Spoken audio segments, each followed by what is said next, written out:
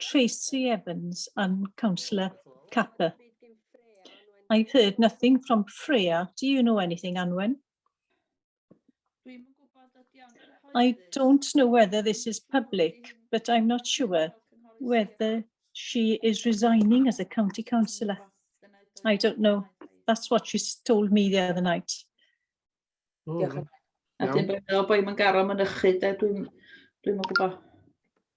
don't know. Okay, well, right, okay. Then minutes, does anybody propose that they are correct?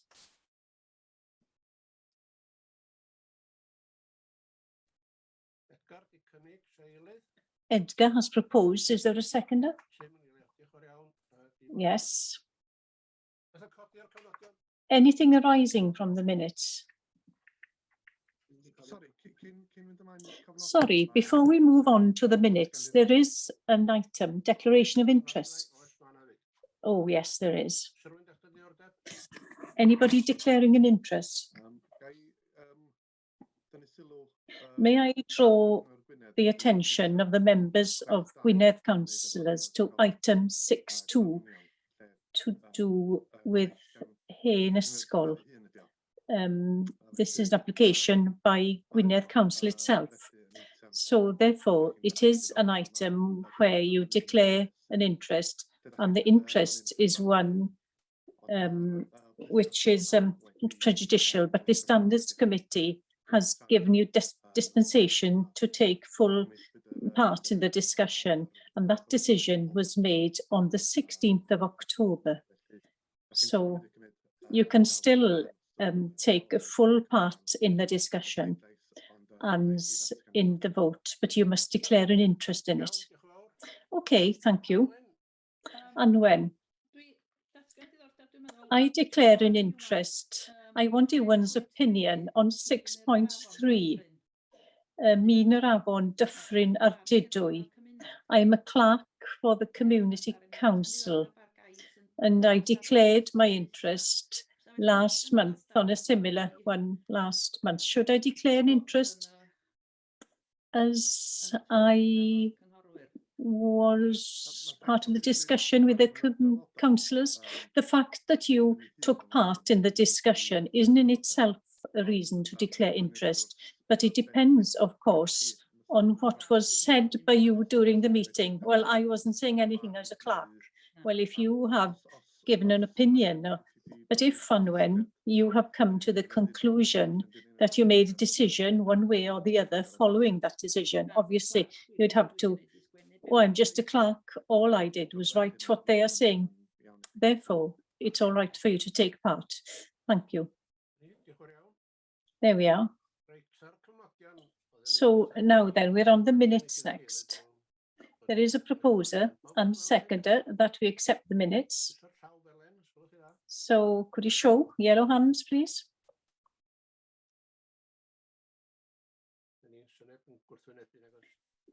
Nobody objecting. Right. So the report of the planning, Director of Planning, site visits. Yes, I'm taking this item and I won't take long on this. I wrote it because I felt perhaps it's a reflection of where we're at now with the COVID situation. Members will remember, just as we went into the last lockdown a year ago, we decided to reduce the number on the inspection panels, and it was just nominating 3 members to go out on each panel.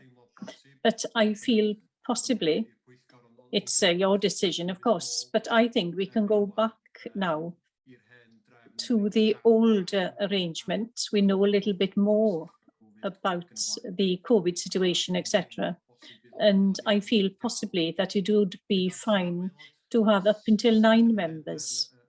That is the old arrangement to go out on site as an inspection panel. So the recommendation, as you see, is to go back to the old arrangement of having 9 members. But of course, then remembering the safety measures which will be required, social distancing, etc., and only to go to places where, that are safe, and only if members feel safe. It's a recommendation, but it's your decision, the committee's decision. It's up to you. But the recommendation is to go back to 9 members in the inspection panel. Does that mean that we have to wear a mask as well when you go on site visit? It's not in the recommendations, but possibly that is a good idea. So if you want to add that, we can ensure that that happens as a panel. Thank you. Any comments?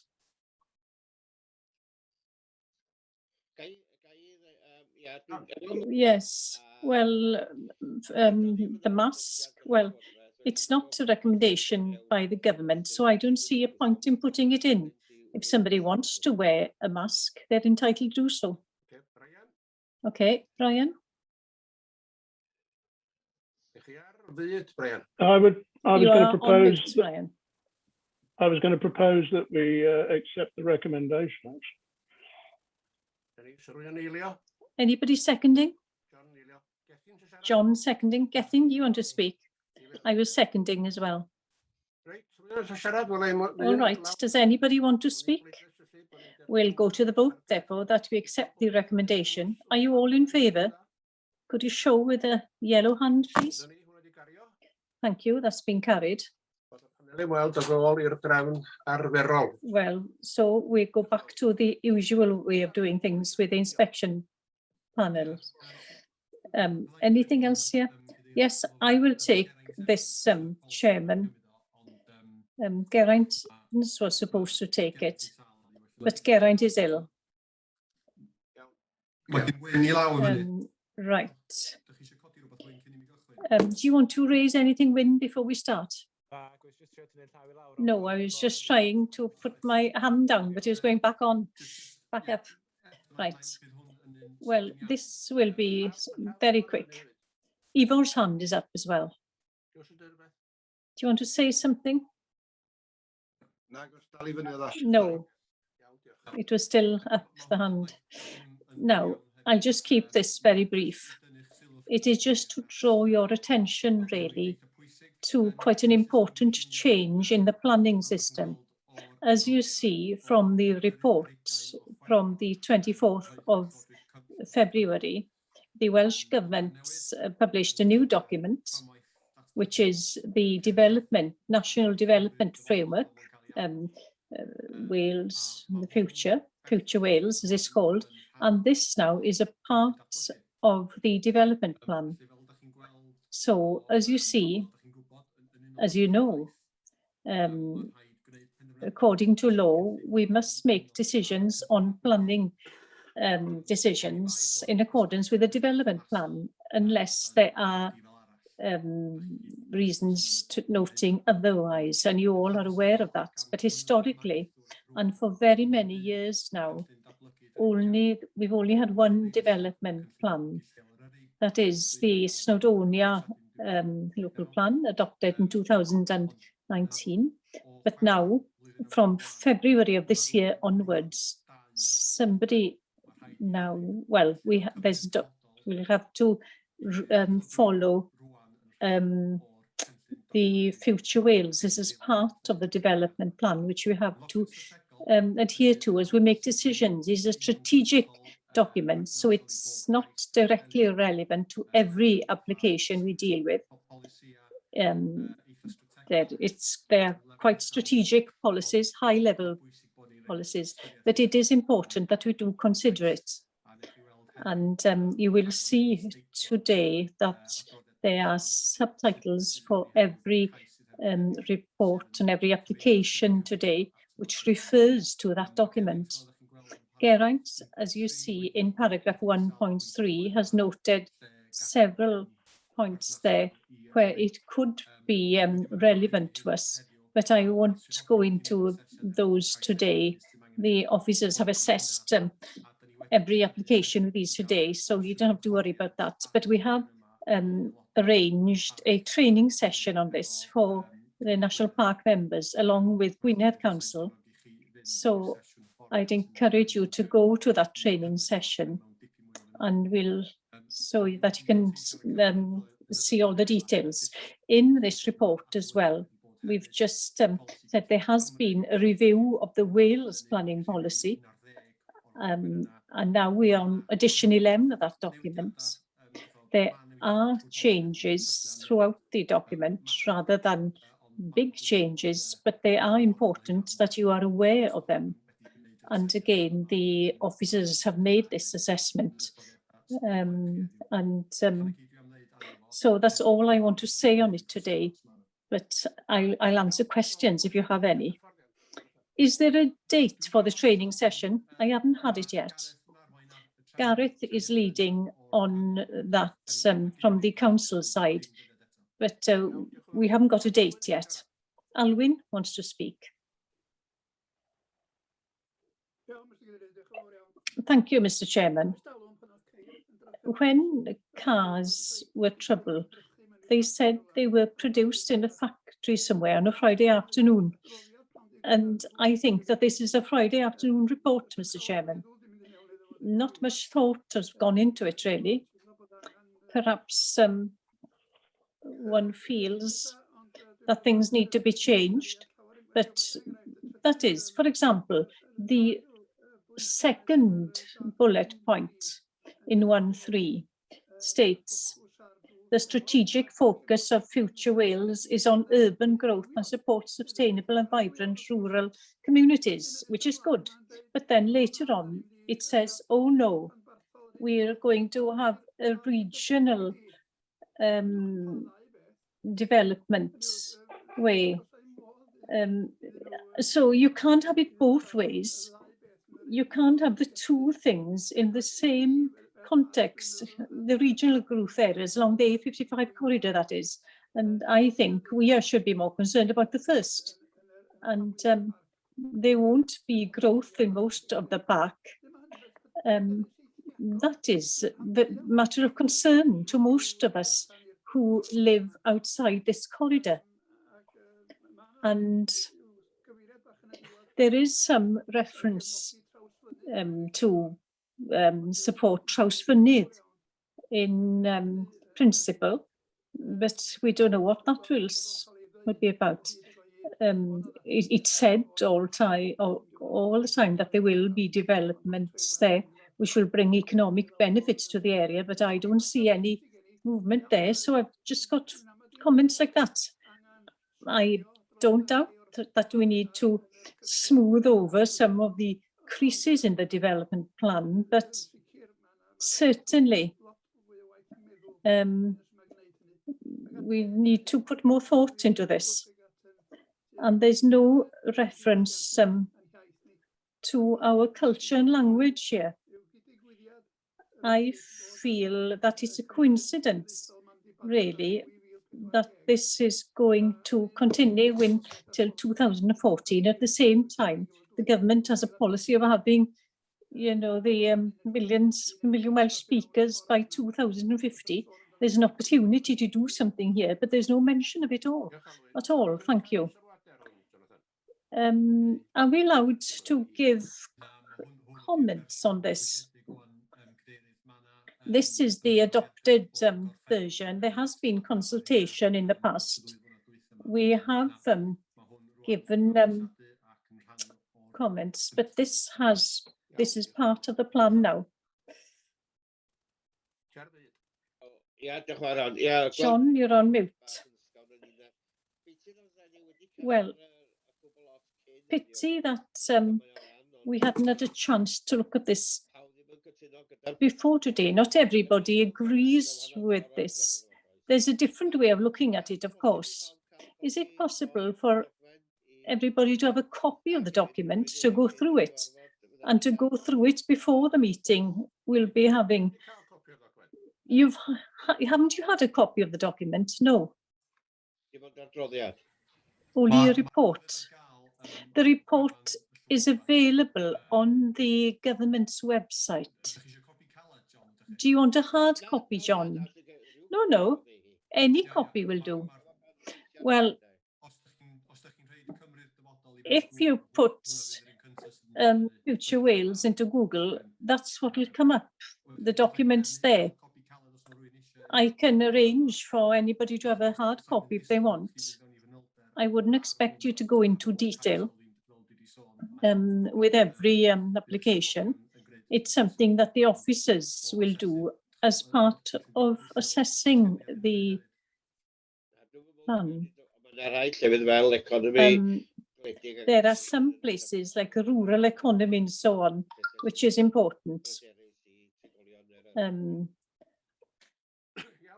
to us. Thank you, John. I don't see anybody's hand up. If not, can we propose that we accept this report?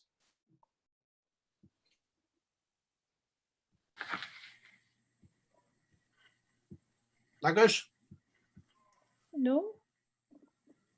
Oes for John? Yes, John Ac Edgar. Okay, iawn. and Pobl rhaid? Edgar. Are you all in favour? Could you show, please? Llaw fel Yellow hand. Dyna ni, dwi'n gweld neb o dderbyn. There we are. I don't see anybody against. Thank you for that. Ymlaen I... We'll move on to, I can't put my hand down. My hand is still on the screen. Press reactions. Oh, you've done so now. I've done for everybody now. Thank you. Awn ni ymlaen felly i'r... We'll move on, therefore, to item 6.1, which is Abu Dhabi. Iona. Thank you, Mr. Chairman. I'll just get the presentation here.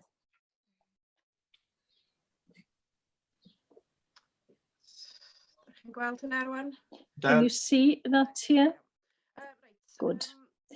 Now, this application is for the construction of a rural enterprise dwelling, Neath Robin, outside Abu Dhabi. Neath Robin is a caravan site and campsite which was established, which is 3 miles east of Abu Dhabi. This application is for a rural enterprise dwelling for the owners of the site.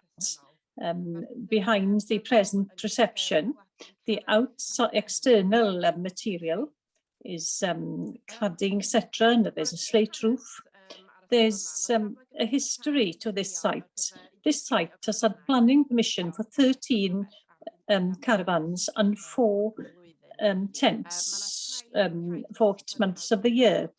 So there have been 3 previous applications which were refused previously, and each subsequent application has provided additional information in support of their case. However, they haven't been successful each time in justifying an essential need for a dwelling associated with rural enterprise. So I want to point out that none of the 3 previous decisions have been appealed to the Planning Inspectorate. So it's important to remember that the national and local policies are against building new dwellings in open countryside without good reason.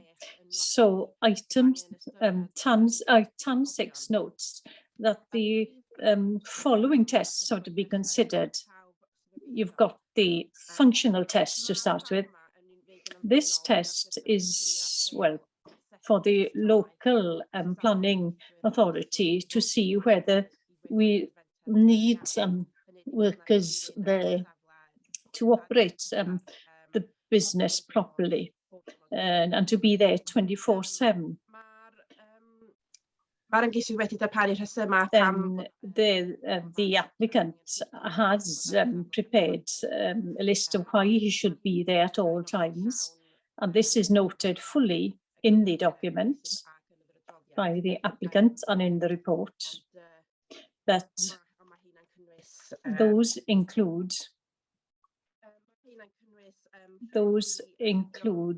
managing, administration, dealing with customers, maintenance on site, unexpected circumstances which arise, and safety. The applicant does note that the venture includes 3 elements: the camping, the fishing, and the management of the woodland. But the camping is the main source of income. So the assessment is made on the camping site mostly. It's important as well that the work timetable which has been presented shows that most of the work can be done on site within the usual working day, although they accept that it's a day which starts early and ends late, and that the work is shared between workers. So in order to be successful with the application, it's essential that the requirement has been completed. We accept that the continuous presence on the site is desirable, but unfortunately we are of the opinion that the evidence which has been presented up till now doesn't show that the permanent presence is essential for the venture 24/7. And the information with this request, we don't consider that any additional information has been presented for previous applications. To go quickly over the other tests then, we are happy that the applicant has satisfied the time test, the financial test, and the other normal planning requirement tests. And we are happy that the size of the dwelling is acceptable and the design is acceptable.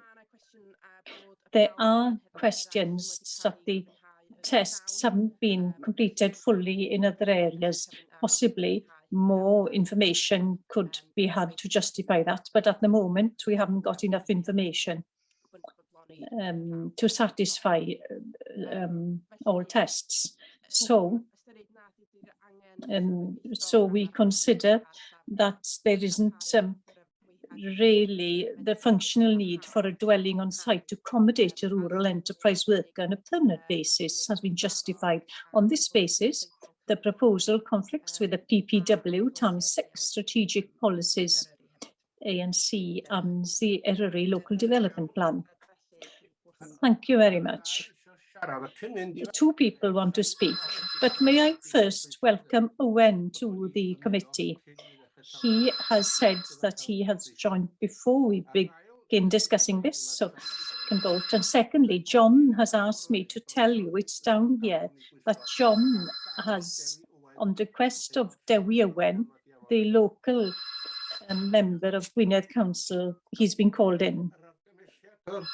So if we can have the recommendation on the screen, please. Yes, here it is. Now then, first to speak is City Porter, the applicant. Welcome. You've got 3 minutes.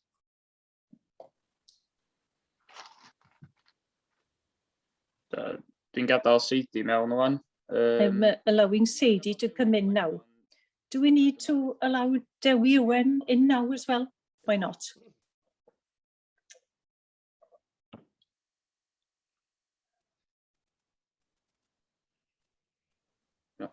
Dewi a Sadie yma wan. Iawn, diolch yn fawr. Dewi and Sadie are here now.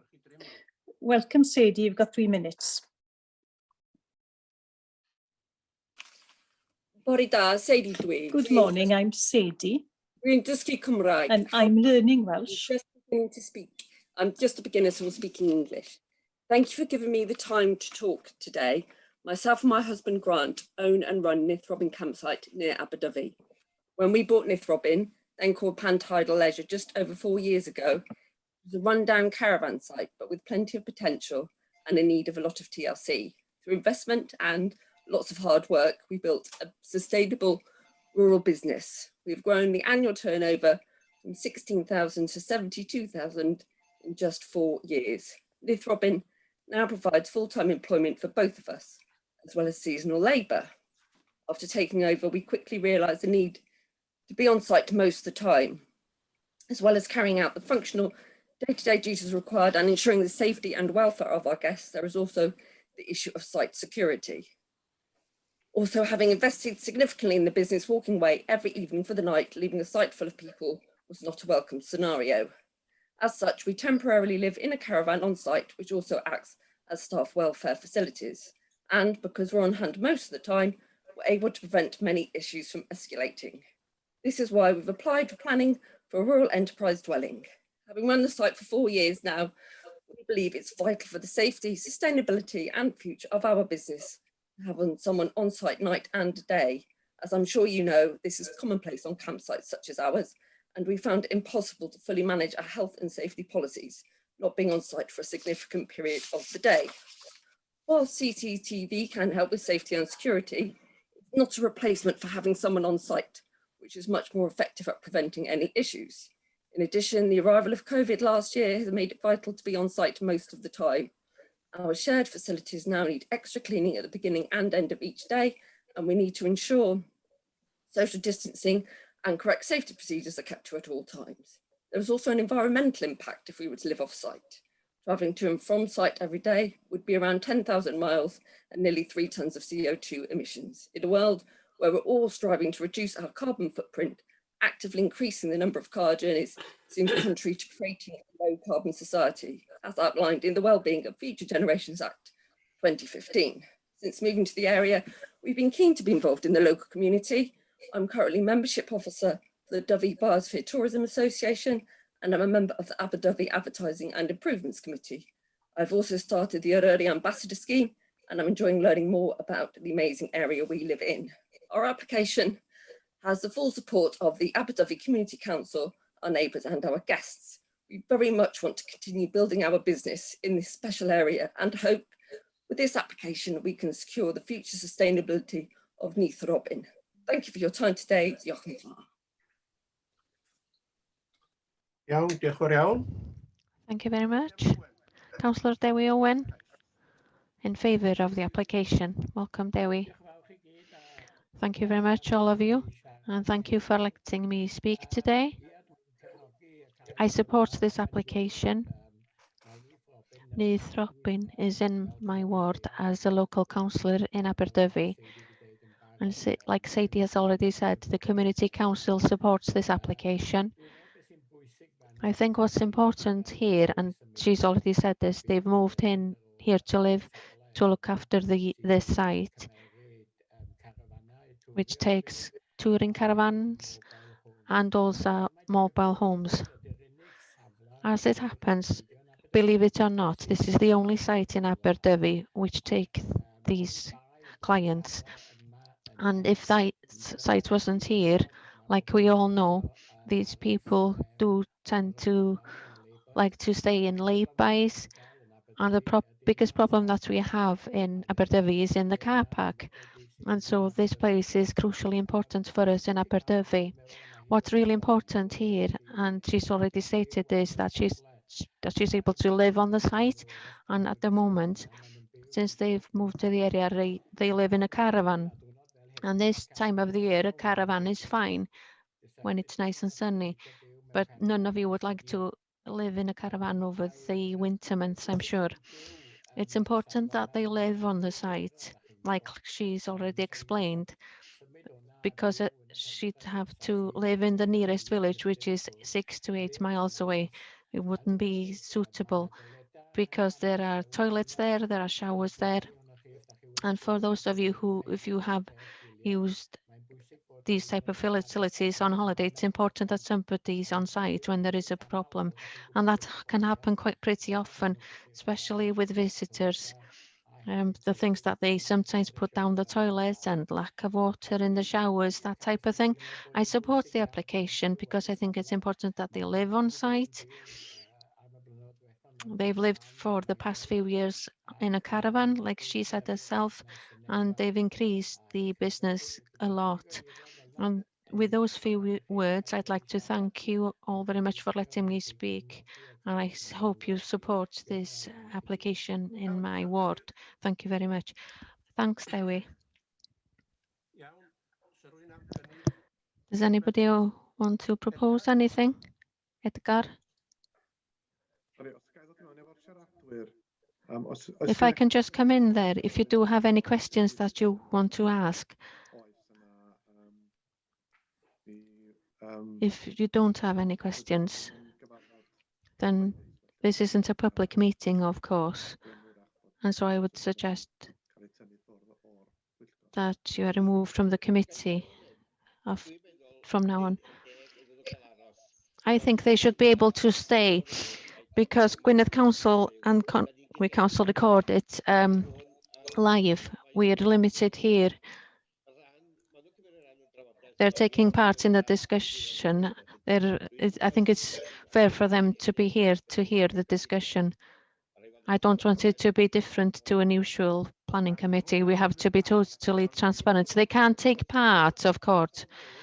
If they were in Plas Tanabulch, they would be in the Plas and they'd be able to listen. Yes, but they wouldn't be able to take part. But they can listen to what's going on. They have taken part already. What I'm saying is that it's okay for them to be able to listen to all of the discussion. That's what I'm saying. It's a balance. I can see what John's saying. But this meeting is not public. It's available to be broadcasted later on.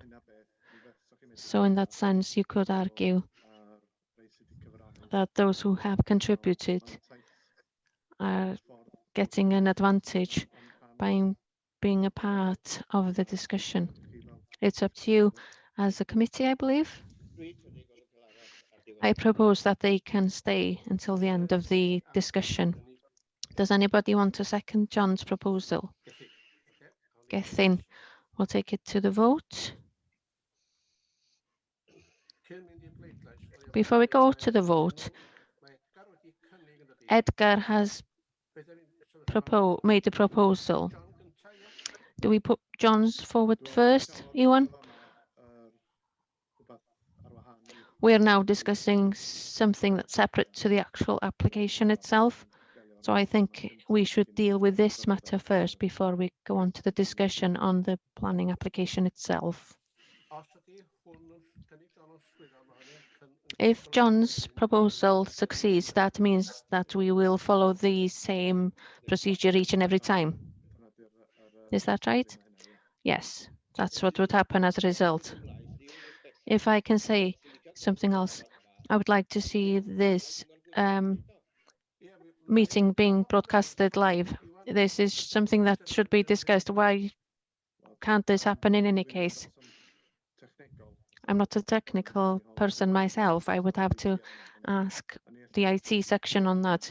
As I understand it, there are problems that can occur in doing that because of translation, simultaneous translation, and treating Welsh and English language equally can be difficult if we're going live. We can do it by releasing a recording afterwards, of course. Okay, we'll go to the vote. Can we please clear all the screen before we could vote? Because you've put your hand as previously.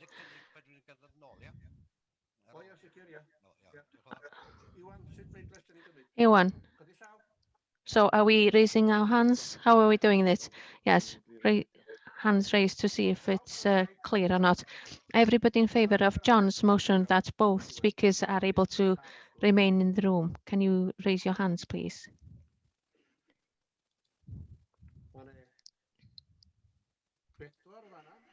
4.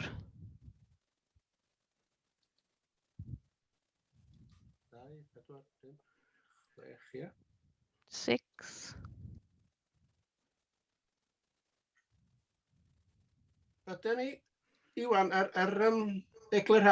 Iwan, just for clarification, are they using the red and green buttons or the raise hand button? We tried the green. arrow and the red button in the past. It has been working in the past, but there's been an update to Zoom in the meantime, and that means that it doesn't work any longer. So the only option that we do have is to put up the blue hand. That's what I would suggest. It's available in the participants drop down, and we count the ones in favour and then count the ones against, and then it's clear. If we foresee that it's going to be a tight discussion, then it would also be acceptable to ask the members individually how they voted. There are 9 hands up at the moment, which means that they're in favour of John's proposal.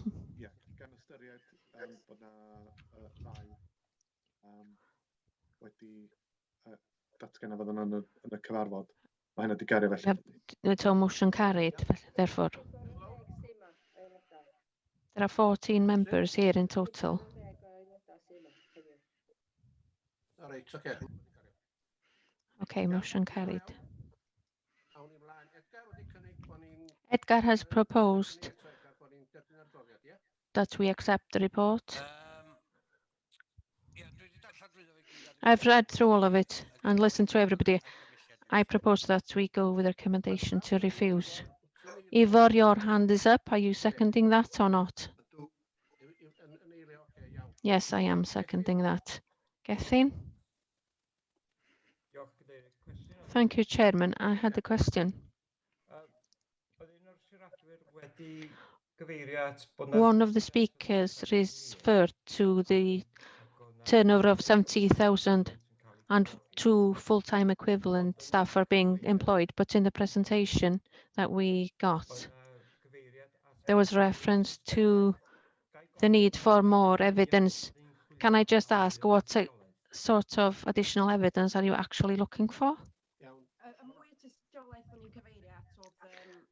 When I was referred to more evidence, I was referring to that there is another property available in the area.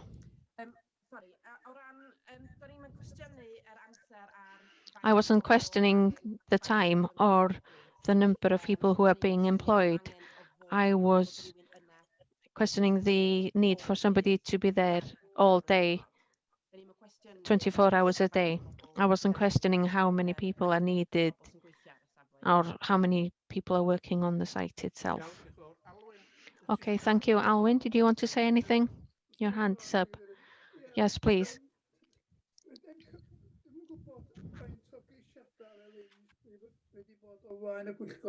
I don't know how many of these types of applications have been in front of you since I've had the honour of being on the committee. If we consider how many minutes and hours we've spent discussing the means test, financial means test, this used to be the way of measuring the need. Under 315, the applicants are actually meeting that criteria, and on top of that, there isn't another building which meets the requirements. And so, as far as I'm concerned, the problem that I can see is the size of the proposed building. That it's not in accordance with affordable housing units. Would it be possible, therefore, to have discussion with the applicant, or have you already done that regarding the size of the actual development? Can we have a compromise here rather than refusing it straight off? It's a question, really. Jonna, can you come in?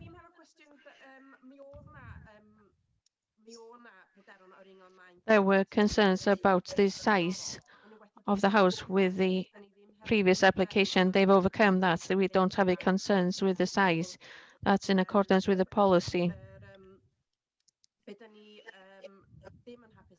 What we're not happy with is that they haven't proved the need that they need a house on the actual site, we're not questioning the amount, the size, sorry. It's been changed already since the previous application. Ivor, did you want to speak? Yes, please. What sticks out mainly for me in this application is the fact that it's come to the planning section 3 times. It's been refused, but they didn't come back in an appeal process. Is there a reason for that, Jonna, or am I missing something? We don't know why they haven't gone to appeal. We have advised them to do so, but up to now they haven't appealed. But I don't know the reason why they haven't. There's nothing specific. No, I'm not aware of anything. Okay, thank you. John?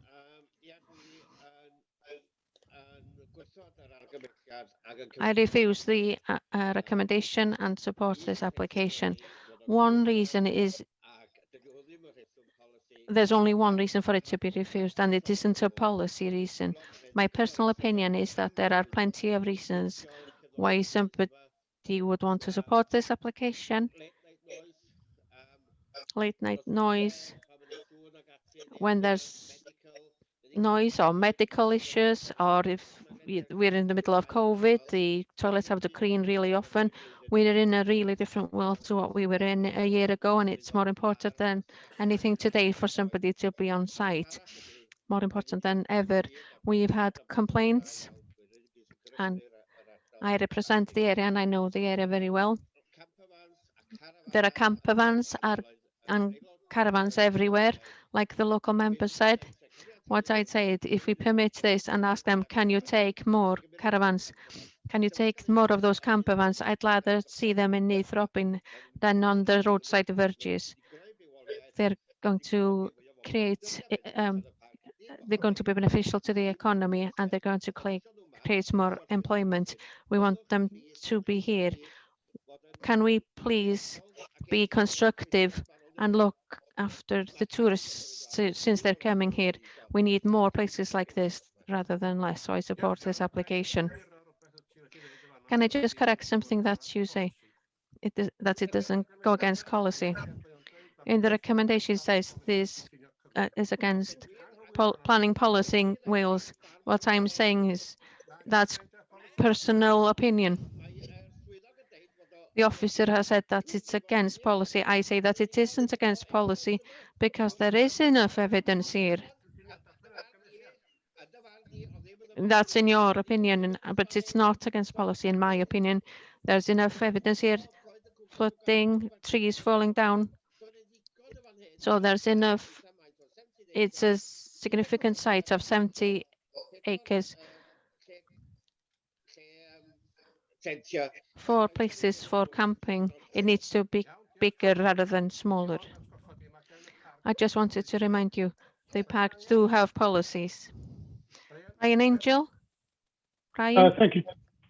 Thank you, Chairman. I had some similar concerns to those raised by Ivor, although I can see both sides of the argument here, but I have a question really in relation to the fact this has come before the authorities 3 previous occasions and been rejected, as I understand it, also on the functional need.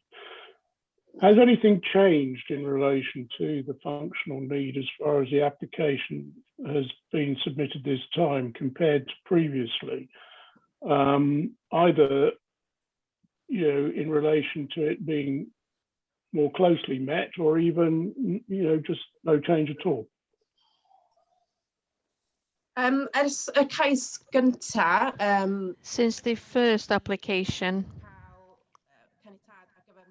they've had permission for more units on site, if I remember correctly. 8 caravan units.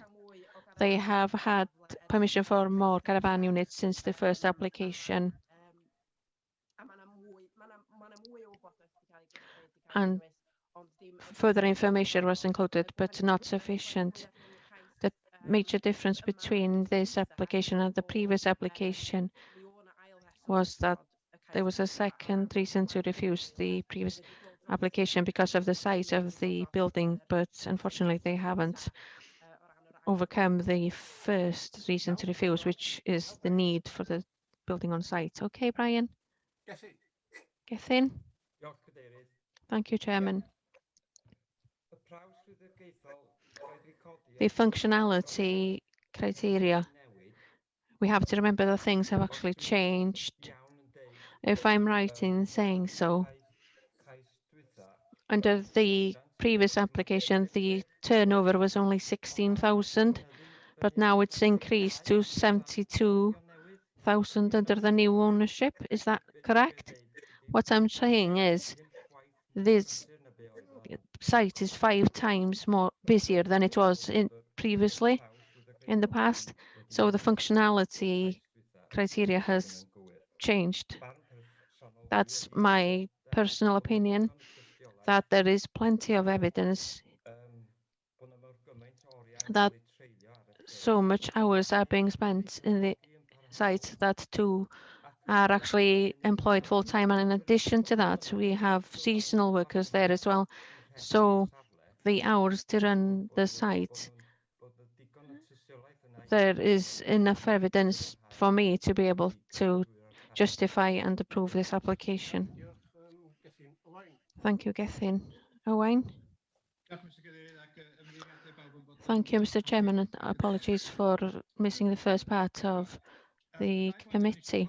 The 2 points I wanted to raise was, one, to remind people why we brought TAN 16 out to make exceptions for developing houses outside of urban or village areas. Because of that, there are strict guidelines in order to prove that the need to do so. My concern is that there are several caravan sites, camping sites, and clusters of housing that are self-catering that could be in the exact same situation as this, where they might say, we need to justify having a house on the site. So I've been looking carefully at the functionality test, and I have to say I agree with the officer. There is not enough evidence here to show that the need is there to be there 24 hours a day. Secondly, as far as the financial test is concerned, I'm referring to 3.15.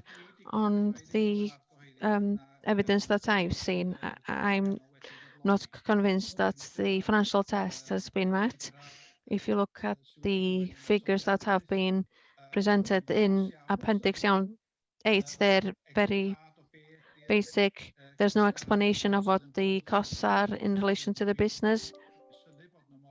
I'm surprised that they're so low,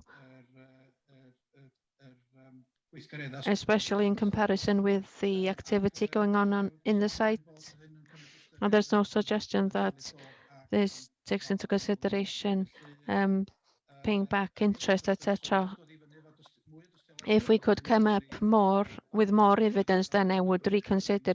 But at the moment, I can't support the application, and I will be supporting the recommendation. Sarah. Sarah? Just coming in off the back of what Owain has said there, I think it's impossible for us to reach agreement here because we don't have a method of measuring whether there is or isn't a requirement overnight. That's what this is, the crux of this. That's what this is hanging off.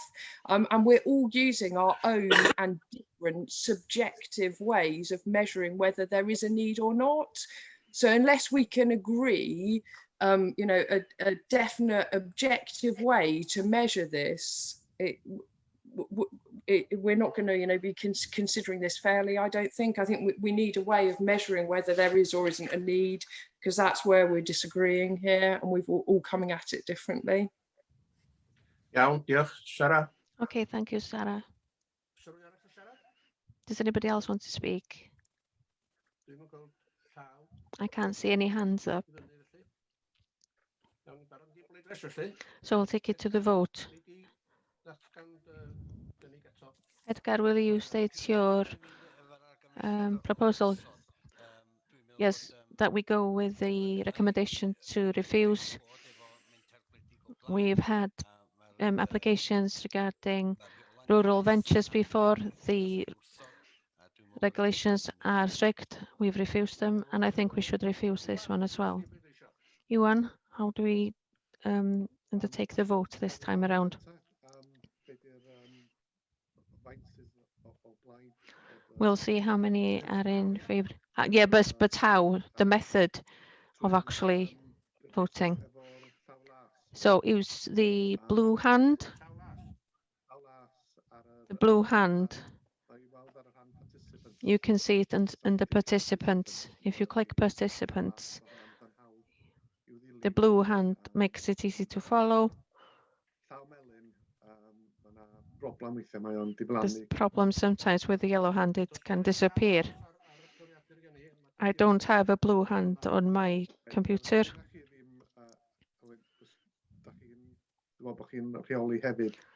I think because the other host, you don't have that blue hand. So neither No, of us have Ewan, that blue hand. a lot of us don't have the blue hand. It depends which version you've got. Okay, in that case, be os yw'n awgrymu felly di oherwydd. What I recommend So what I would is suggest is because, well, it's it's likely to be a very close vote. So I suggest that And, we ask we'll go everybody, round everybody how they are going and to ask vote. which way they vote. You won? The chairman has been doing this in the past, but I'll do it if you want. It's up to you. We'll stick to the previous way of doing things. And what is that? The chairman has been going round naming people. All right. Freya ddim yma. Freya isn't here. I am here and I go with the proposal, accepting the recommendation. Alwyn? Alwyn Griffith.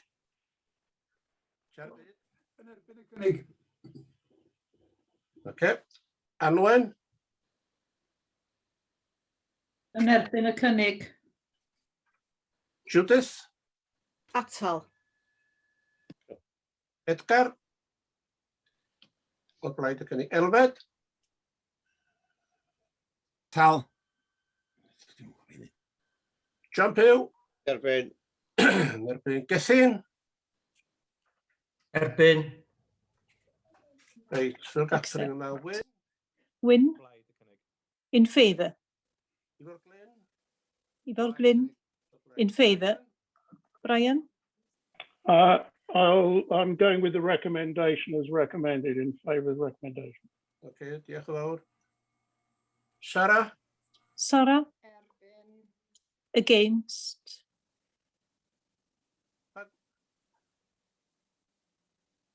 Sarah, you're on mute. Sarah, you're on mute. Which way do you vote? Which way do you? Yn erbyn, okay. Against. Against the recommendation. Okay, diolch yn fawr. Tim? Tim? I'm in favour. Diolch yn fawr. Owain? Refuse. Owen? In favour. Dyna ni. Reit, okay. There we are. Ydy'r Iwan. Iwan? So it's been carried 7-5. Iawn, diolch yn fawr. Okay. So it's been refused. May I ask a question, officers? To be fair, there are people living, we have prosecuted people before. They live in a caravan and they haven't got a right to do so. And we've prosecuted them. Why don't we do the same here? Is it possible, you know, that people can live in a caravan to look after the site? Well, we'll have to look at the situation now following this decision. And obviously, possibly the applicants will appeal that with the situation as it is now, they don't have the right to live on the site. And we did allow this to happen in Rhyd Cornel in Frongoch. They were allowed to live in a caravan and they put in an application. That's just for your information. Right, okay, we'll move on. 6.2 Ysgol Glanwydnon, Pantyraran. There's a huge interest in this.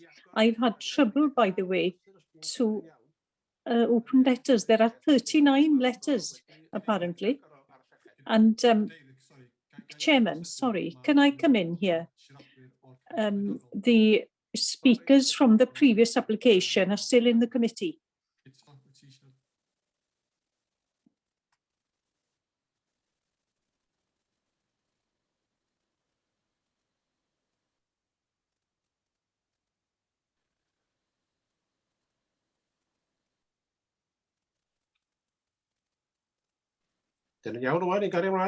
Can we carry on now?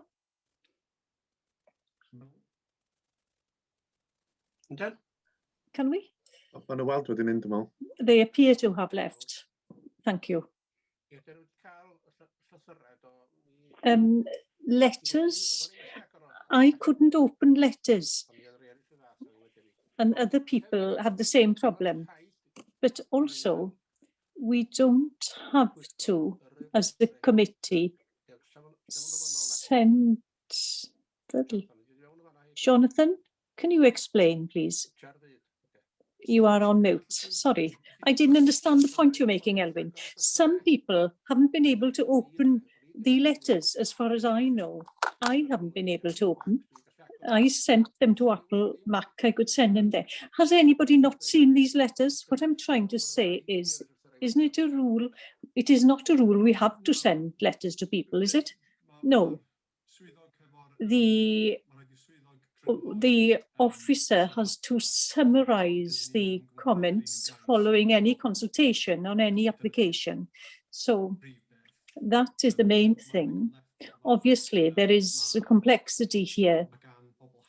People have the right to go into the office to look at the planning file, but the offices are closed at present. So that is why Jane took the decision to send all the comments to members. Usually that isn't statutory, but she's done it because of the fact that the offices are closed, just to make sure, you know, that if somebody had wanted to go into the office to see them, then they can see them now online. The main thing is that there is a summary of the response to the consultation in the report of the officer, that's been done. That's the main thing. Thank you for that explanation. So we'll move on, therefore. You're now to start with. Thank you, Mr. Chairman. I'll present this.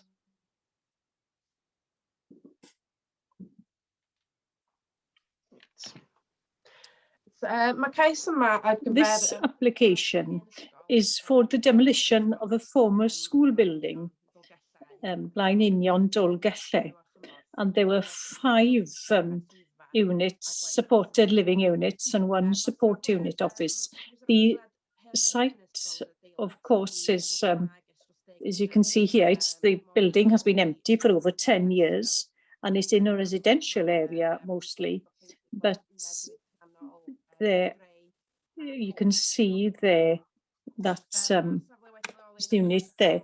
The site is close to the middle of the town, but outside the conservation area, which is shown in green on the plan. The building is a traditional stone building with a slate roof, and it has tarmac around it.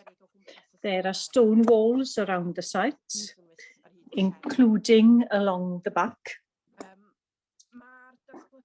The development, proposed development then, for demolishing the building, well, it includes as well creating 2 parking spaces for staff in the back.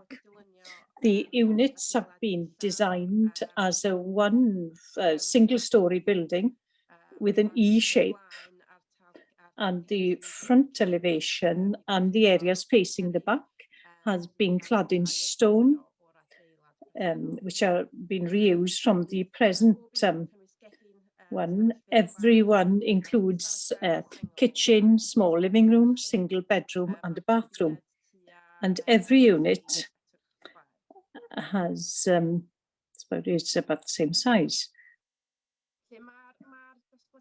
So the development has been presented in order to answer homelessness problems in Gwynedd, and specifically in the Meirionnydd area. The intention is that the residents of the units who need help to avoid homelessness before finding more permanent homes. There have been strong recommendations with strong feelings against the development locally. So I'll start with the key considerations and go through them and mention the concerns which have been mentioned.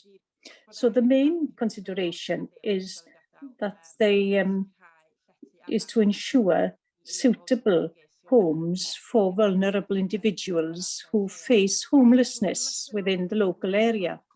So it's important to note that there's no need for planning permission to demolish the existing building. You can demolish under the Town and Country Planning General Permitted Development, providing that an application for prior approval is submitted with respect to the method of demolition only. And as demolition is part of this development, it has been assessed, and losing this building has been assessed as part of the application. Therefore, first of all, many concerns have been mentioned, and this is the policy which tries to protect the heritage. And although it's not in the report, there have been comments made about Development Policy 7, which refers to traditional buildings. But primarily, this is the proposals of alteration, extension, or change of use of traditional buildings. So it is considered, therefore, that strategic policy F is the key policy which has been used to assess this application. Whilst the loss of the building is regrettable, it is the office's opinion that on balance, the benefits of providing accommodation to tackle homelessness in the area outweighs the loss of the building and should be regarded as a material consideration when coming to a decision. Other considerations is location. There is concern that this location isn't suitable because it's in close proximity to key services and public transportation. But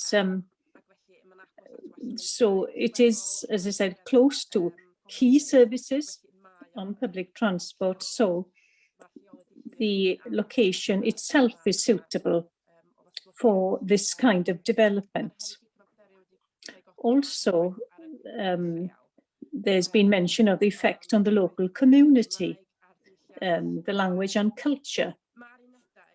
The units seem they could serve the local population to try and keep local people in the area rather than sending them further away to find somewhere suitable to stay.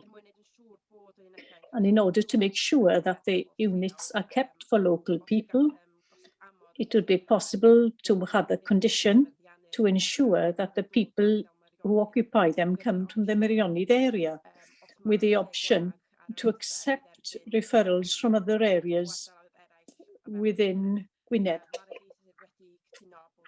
The applicant has agreed that they're happy with this condition. So we are happy that there's no effect on the local community. There is a community statement and language statement which has been presented.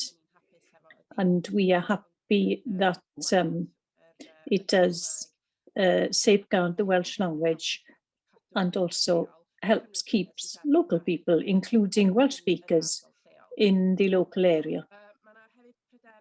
There's a great concern about loss of parking and vehicular movements. Gwynedd Council Highways recognise that the loss of on-street parking, but raise no concerns with the parking arrangements. Additional traffic movements would, there are gates at the back, so additional parking movements would not result in volumes of traffic that would cause highway or safety problems with this development. So no big problems there. As far as the effects on residential amenities, the noise or general disturbance would be minimal, given the small nature of the development. There will be staff on the site all day and night. So if there are any problems on site, there are staff to assist. So that wouldn't have too much effect on neighbours. Then overlooking would be minimal given the layout of the sites, and there'd be obscure glazing, which will minimise any overlooking from windows facing neighbourhood problems. And any loss of light would also be minimal. And well, the building would be lower than the present building. Then with scale and design, concerns have been raised that there's overdevelopment, but we are of the opinion that you can provide units without having a detrimental effect on neighbouring properties or the character of the area. They could reuse the stone from the existing building, which would help assimilate the development within its settings. So we have as well ensured that improvements to the design have been secured, whereby the units will have a positive relationship with the streets. As far as biodiversity, the biodiversity, well, with every application, this must be proven. And although landscaping is shown on the site plan, we've asked for a detailed landscaping plan. As we had an email just after 10 o'clock this morning that we haven't had a chance to look at it yet, but it's possible to include that in the well, we could include a condition to ensure that does take place if we are happy with the scheme. As also a bat mitigation has been incorporated within the new building, so we're happy that with the biodiversity aspect and ecology. So the conclusion is, after careful consideration, although it goes contrary to strategic policy A and policy F, there's strong argument in favour of the new proposed built building, which outweighs the loss of the traditional building. And you can see that the proposal would comply with other policies which we have, which you can see there. So the proposal is to grant consent subject to conditions summarised below, and that there is restriction of use to the people from Merionethshire area or within Gwynedd. Thank you. Right, thank you. There are two who want to speak on this. The first is Mr. Peter Upton, an objector. You've got 3 minutes to speak. Thank you. I think the speakers are in the waiting room at the moment. Okay, we're bringing them in now.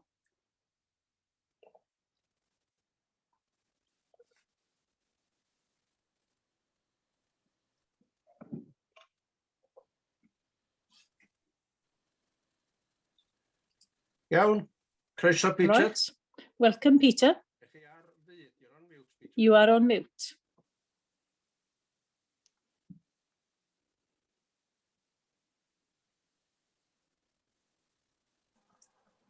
Peter, you're on mute. Okay. Diolch yn fawr. We've got 3 minutes. Good morning. Neighbouring objections are considerable and anonymous. The justification to refuse it is undeniable. No representation supports it. This proposal is ill-conceived, badly researched, inappropriately located, and contrary to policy. If approved, a purpose-built Victorian school, the only one of its kind rooted in Dolgellau social history, listed on the Parks Register of Traditional Buildings for its architectural value, will be destroyed, an act of heritage vandalism. What would replace it? Not affordable housing for locals, but a short-term hostel for transient individuals from anywhere in Meirionydd or even beyond. A development mismatched with the character, site, and amenity of this residential area that wouldn't benefit community cohesion or Dolgellau's Welsh language status as claimed. No explanation is given why this scheme has to be in Dolgellau rather than in any other town in Meirionydd. Gwynedd Council's site ownership is not a material planning consideration, nor an overriding justification for this scheme. Your report states that the proposal would be contrary to strategic policy A and F, but would not conflict with any other identified policies. This is not true. Despite what your case officer may have said, changes to traditional buildings must be properly tested against policy DP7 and only supported if there is no significant harm to their historic or architectural character and setting. Its supporting text says, any proposal of a scale, design, or relies upon materials considered inappropriate will not be permitted. Your Built Environment Officer's report emphasises this glaring omission, condemns the loss of Ysgol Babanod as contrary to policy, TAN 24, and Cadw's conservation principles for sustainable management of the historic environment of Wales. Demolishing Ysgol Babanod does not comply with these requirements. Neither cabinet planning nor the case officer have considered this fundamental policy omission. As a result, the committee's summary certainly does not reflect this professional advice. Having rejected the scheme as affordable housing, it is then bizarrely and wrongly justified as a care home, conforming to policy DP11. That policy supporting text specifically states the authority must be satisfied that the building to be used can be converted without detriment to its existing character or in a manner which is likely to harm the amenity of the neighbouring properties. The proposal clearly fails this test as well. This unique infant school was Sorry, finished. 3 minutes, sorry. 3 minutes, you want Peter. 3 minutes is up, Peter. Thank you very much. David Gibbard, you're on mute. You've got 3 minutes, David. Good morning to you all, and thank you for the opportunity to say a few words this morning. May I thank you as well, and to everybody who's made comments on this scheme. I think it's a better scheme than when it was originally presented. I am also glad that we've been able to come up with a design and plan which reuses stones on the site already. And it's a pit, well, we are very glad that it will be that it will look good with the rest of the buildings around it. Just very quickly this morning, if I can refer to the need for such a development in Dolgellau. Homelessness usually is connected with, well, they think of it as an urban problem. But now it's a problem across Gwynedd and every part of the county, and Dolgellau and Meirionnydd are no exceptions. We are now dealing with almost 1,000 requests by the homeless every year, which has increased again with COVID. As you can see, we have between 150 and 175 applications by the homeless applicants from the Meirionnydd area. They're not people from away, they're not people from outside Gwynedd, they are Meirionnyddshire people, people who and we as a county have a duty to try and help them. What we can do temporarily is put them in temporary accommodation, and we have 27 people in Meirionnyddshire in an emergency accommodation. They're in bed and breakfast, which is most unsuitable for them to try and get their lives back together. This is a development which will give us an opportunity to give them better opportunities and support. We have 5 units in mind. It's not a huge development. It suits a town of the size of Dolgellau. We've got other developments in Bangor, Carnarvon, Pwllheli, and many other areas in order to try and cope with this problem. So it is a scheme to deal with the situation which exists in Dolgellau and Meirionnydd and not any other area. With those few words, thank you for your support and thank you for the opportunity to speak. Thank you, David.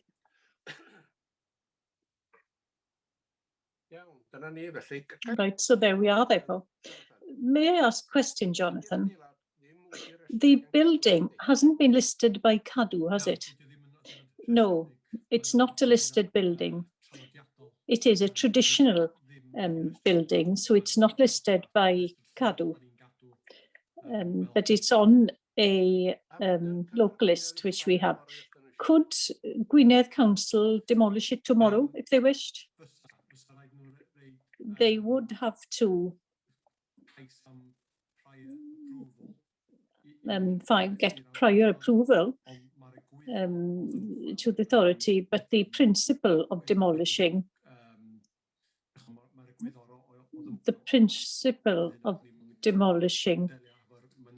well, is there, but we'd have to deal with the details. I'm not sure if Jane has more expertise on this than me. Jane, do you want to come in? Yes, on Mr. Chairman.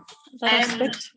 Yes, Mr. Chairman, in terms of the prior approval, basically it comes down just to the method of the demolition and also I think the restoration of the ground, that you basically determination would be required of whether prior approval is required for those elements, and that's all that we could look at in that instance. So it would just be basically in terms of the method of demolition and restoration, and that we would not be able to sort of look at the wider aspect in terms of policies and so forth. Iawn, diolch yn fawr iawn, Jane. Right, okay. Thank you, Jane. So we'll move on. Does anybody propose? John, your hand was up first. You're on mute, John.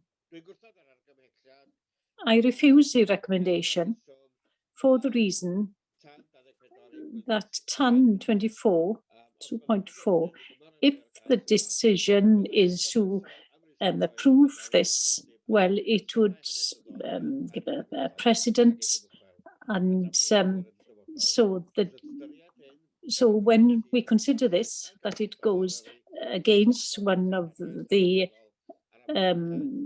reasons for the National Park is to safeguard our heritage. Do the officers talk to each other? There are 2 different opinions by 2 different officers. Do they communicate or do they not? Who's answering that? Well, I'm not sure what is the point you're making there. There are 2 officers here and with 2 different opinions. Do you as officers communicate and speak to one another? Because it's obvious that Thomas doesn't agree with it. Do you as officers discuss things and talk about things? Just on that point, Arwell Well, we have consulted with Arwell on this application, as we do with the archaeologists, ecologists. So he's not a case officer. So it is the role of the case officer, Iona, in this respect, is to consider the whole, all the comments by external institutions and by internal officers, which includes Arwell as the conservation officer and other internal officers, ecologists, etc., archaeologists. So quite often there is a difference of opinion. Iona's role as a case officer is to take into consideration all the comments. Some they support and some they do not. So that is perfectly reasonable. And as usual, there's nothing different in this case. Well, we refused an application because according to some, it was against one policy. Well, it's against 3 different policies, it says here. Is there any justification? It's easy to say, oh, this is against a policy, or this is against a policy, but we must be thorough, mustn't we? And do we agree with policies or do we not agree with policies? Just to make it clear, if I can come in here, as happens from time to time, it goes against some policy. Some policies support this application, so it's a matter for us really to have balance. So that's exactly what the office has done very carefully here. So it's quite reasonable. So I think it's quite reasonable, in my opinion. So obviously it's up to the, well, it's funny how you agree with some things and not the other.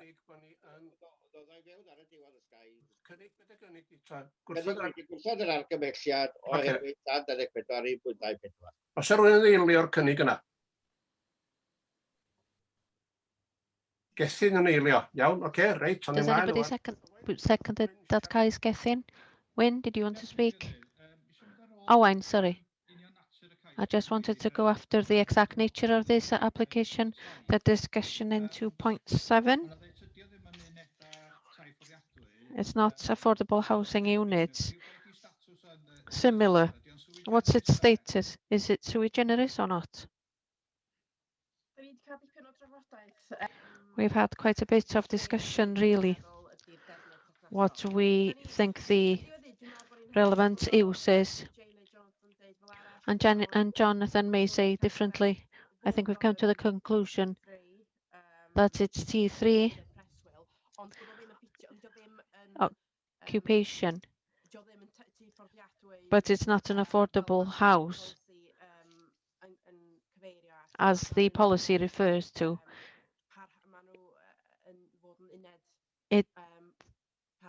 They are supposed to be permanent units, and quite a bit of coming and going. It doesn't quite coincide with what we consider to be an affordable house in the normal sense, in the usual sense. If it was an affordable house, we would have control over who would use the site. I can't see anything in the conditions in relation to that. The purpose of the last condition is to get some control over who actually occupies the accommodation, to make sure that it's used by statutory homeless people and for people in the Meirionydd area. Gwynedd Council, as I understand it, they will be the ones who will be referring people, and they will have the control over who will stay in these units as well. And the purpose of condition number 11 is to have some control over that. That is local people who are in true need. Why are we going down the am a condition route rather than putting a 106 on it, because there are other elements that where we could have a 106 agreement rather than conditions on this one.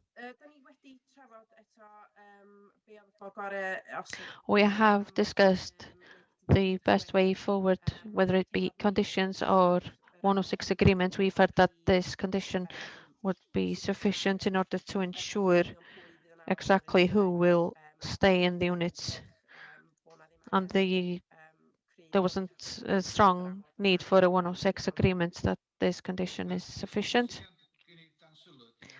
What I have in mind is, because of the linguistic situation in Dolgellau, which is not among the strongest in the county, I do feel that what the applicant is proposing on the alleviation on the effect on the Welsh language is pretty weak at the moment, and there's reference under 4.12 under linguistic planning that the council will provide support for these people, but there is room for us, well, for us to insist that there's support for the Welsh language as well. And there's an opportunity here to maximize opportunities, and under the current conditions, I don't think we're covering that. It is the type of thing that you could do under a 106 agreement, but I don't know if it's sufficient enough to justify a condition such as life skills that they're mentioning here. If there was a need to strengthen the person's ability to be a part of the community or a workplace, then the provision of Welsh language skills is important in that sense. Okay, thank you very much, Owain. Brian? Thank you, Chairman. I have a number of points and questions. Again, it's a tricky one. I'm certainly not against the issue of meeting the requirement of homelessness, but in my previous understanding, I wasn't sure that the existence of homelessness in itself was a material planning consideration. I'd like some clarification on that point. And relating to the other discussion about affordable housing, which seems to have been answered, that this isn't affordable housing, whereas our policies at the moment are designed with that very much in mind. And as also I understand in general terms that affordable housing is a material consideration.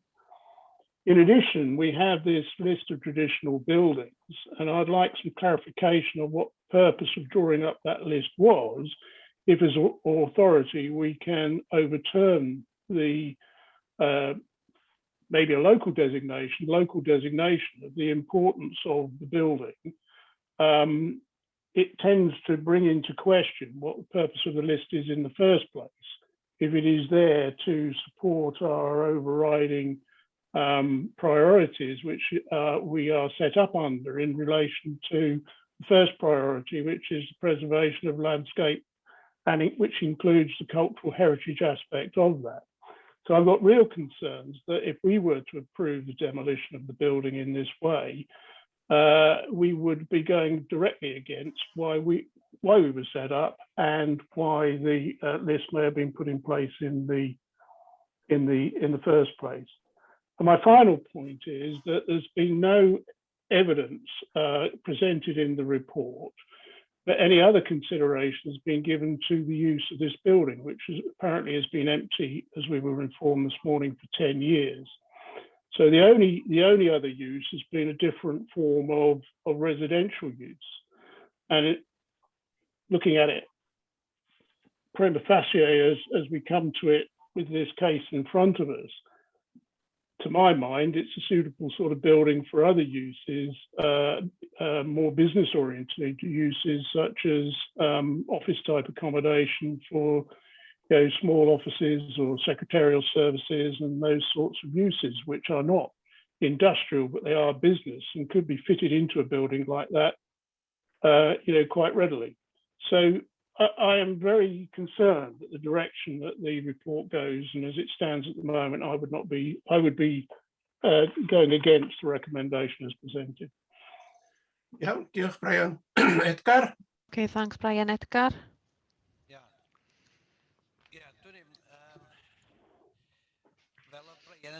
Like Brian said just now, they have the right in any case to demolish it.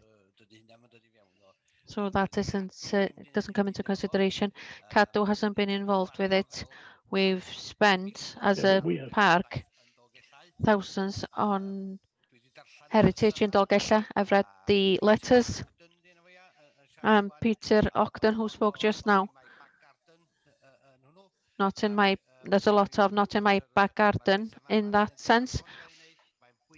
Their units like this have been erected in Carnarvon. It's important that they're in a town because they won't have any cars or transport. They need to be close to the town itself. I'm in favor of the application.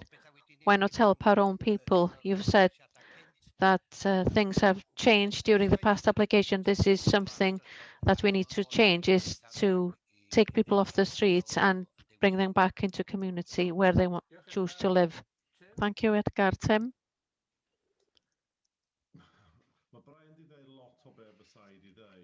Brian has already said what a lot of what I was going to say. I think the might be problems with this with regard to policies. I don't know if this is the site that should be developed in that sense. I understand that there is a need for this type of building in Dolgella or in the area, but I'm not clear if this is the case.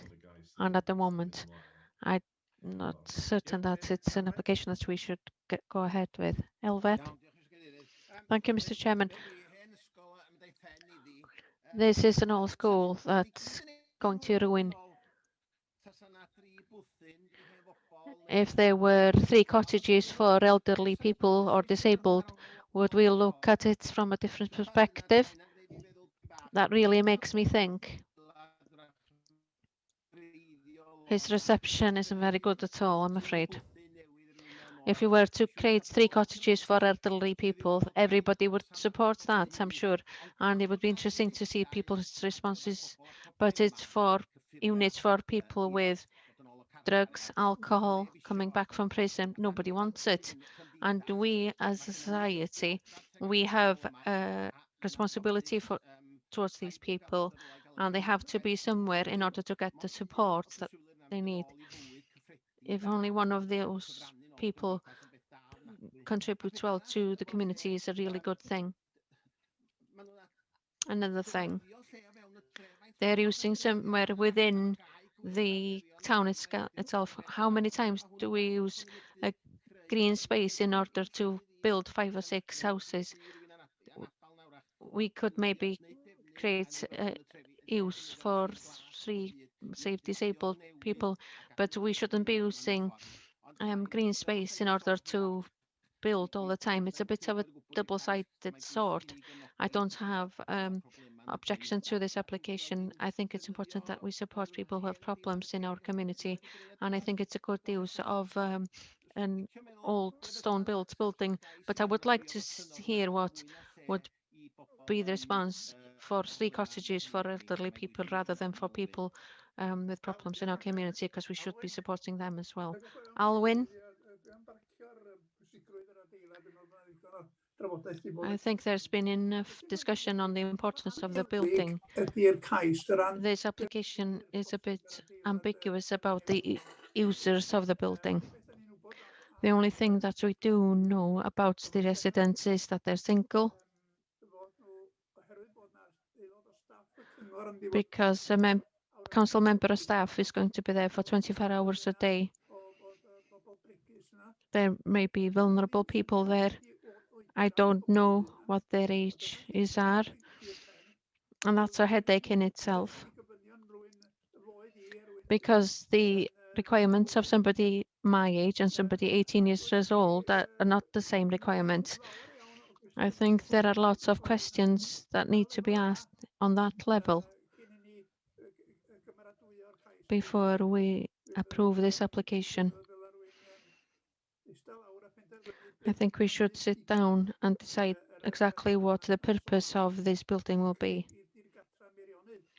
There's a mention of the homeless of Meirionydd, but if it's not filled, then we'll take in other people from other areas from Gwynedd, and we know from experience what that means. And in that sense, I think that we should be careful and ask for more information and conditions when we have the shopping list, if you like, from Gwynedd Council regarding what this building will be. It would respond to local people's concerns. They'll know exactly who will be living there. And like I said, I think we should be careful, ask for more information and create conditions as a result of the information that we receive. Thank you, Judith. Cytuno efo sylwadau eraill, mae'n gynllun pwysig. I agree with other comments made. It's a very important scheme as far as supporting local vulnerable people are concerned. And this sad matter is on the increase. I've seen this locally here too. It was mentioned that adaptations, the application has been adapted or amended. It's important that this is offered to local people, and if this means that we need more information, then so be it. So I support it. Ivor? I agree with Alwyn. I would like more information regarding where the new customers or residents will come from. Okay. Alwyn, did you want to make a proposal that we defer decision? A proposal has been made, and that proposal has been seconded, which is to refuse. So I don't think it would be appropriate for us to deal with another proposal. We can have a further proposal afterwards. I don't object to having homeless sites or homes for vulnerable people. I object to this application because under TAN 24 1.24 it's a difficult one. There's one policy that states retain a traditional building, the other states demolish it. There are two cases here. To retain the traditional building, or do we support homelessness? So we'll put John's proposal up that we refuse. So we'll have a count again, shall we? We'll have to count everybody individually, I believe. This is likely to be a close vote, so we need to make sure that we count everybody completely accurately. So John's recommendation is that we refuse the recommendation and retain the building, just to be totally clear. Myself, I'm against the proposal being made to refuse.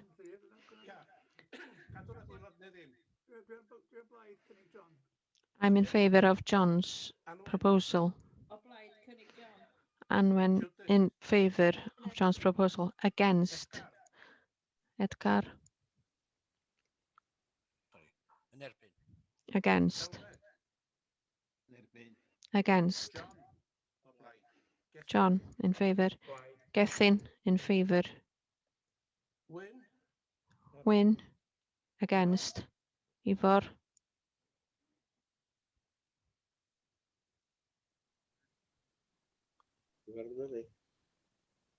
Ivor? I'm not sure if Ivor's still with us. Na, diolch wedi dweud bod o'n mynd yn eich bod wedi gosod yn de. I think we've lost Ivor.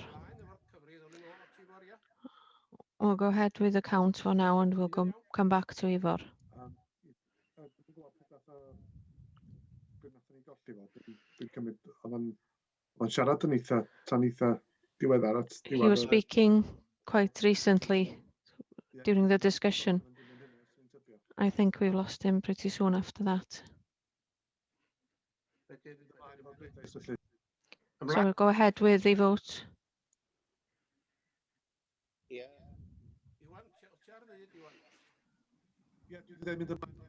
Yes, you should go ahead with the vote, yes.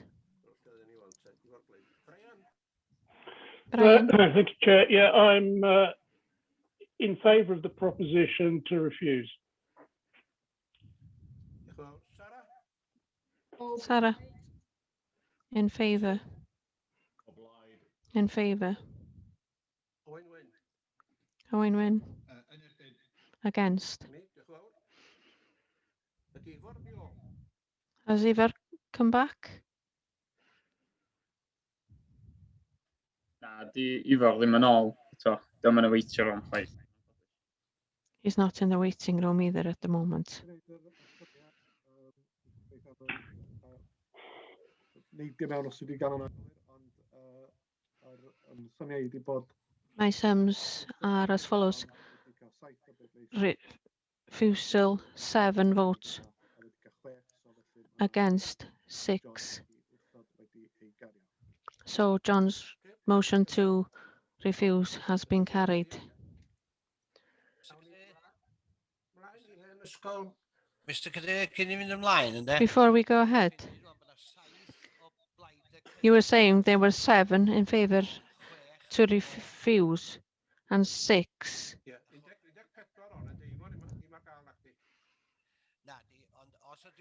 But if he's lost connection, then we're supposed to stop the meeting and try and get in touch with him before carrying on. Those are the rules as I understand it. Do you want me to ring Ifor? What the rule states is if somebody is not linked in, if they lose connection, it means that the vote isn't, it doesn't mean that the vote isn't valid. If the chair feels that we should give him the opportunity because of the vote being closed, that we should get in touch with Ifor, I don't have an objection to that.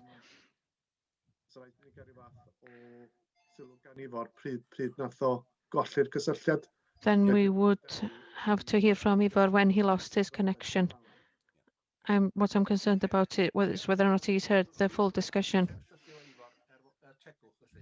To be fair, I think we should get in touch with Ifor. Can you ring him, please, Anwen?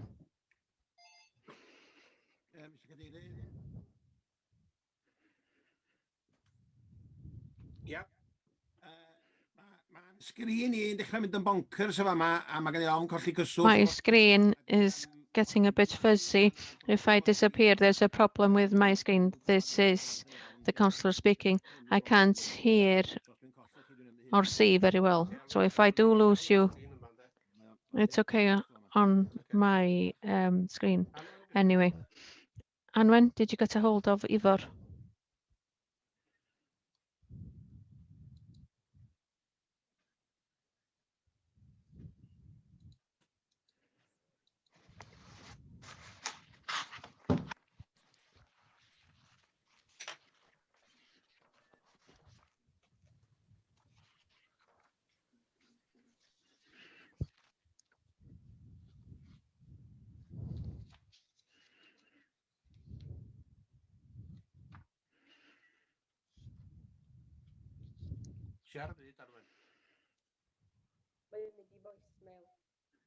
Oh, right, okay. When I'm ringing him, it's going to voicemail. Shall we carry on then? Under those circumstances, the votes from everybody current have been cast. And so refusal has carried the day 7-6. On to Murmur yr Afon Dyffryn Ardudwy, Aled Lloyd. Thank you, Chairman.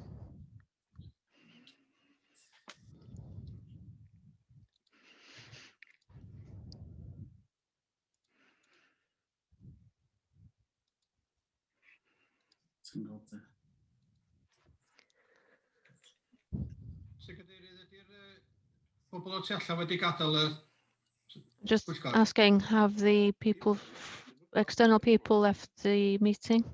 I have no idea. I can't see them on the screen. Iawn, Aled. Yes, they've been removed from the meeting now.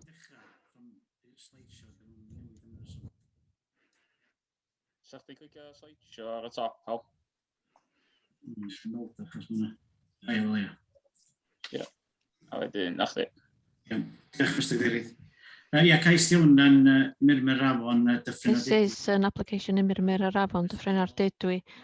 Currently, there is a valid permission for 40 movable caravans and 38 camping pitches. They're asking to increase the touring units from 40 to 49 and reduce camping units from 38 to 22. The site is within Dyffryn Ardudwy village. You can access from the highway. The site is quite extensive, starting from the highway, extending over fields to the upper regions of Dyffryn Ardudwy. This is the proposal in front of you in this region here. This is the camping area here by the access to the site. This is the site where the camping occurs during the season, and the proposal is to site 9 caravans here. Hookups are standing. This is the caravan site that's currently there.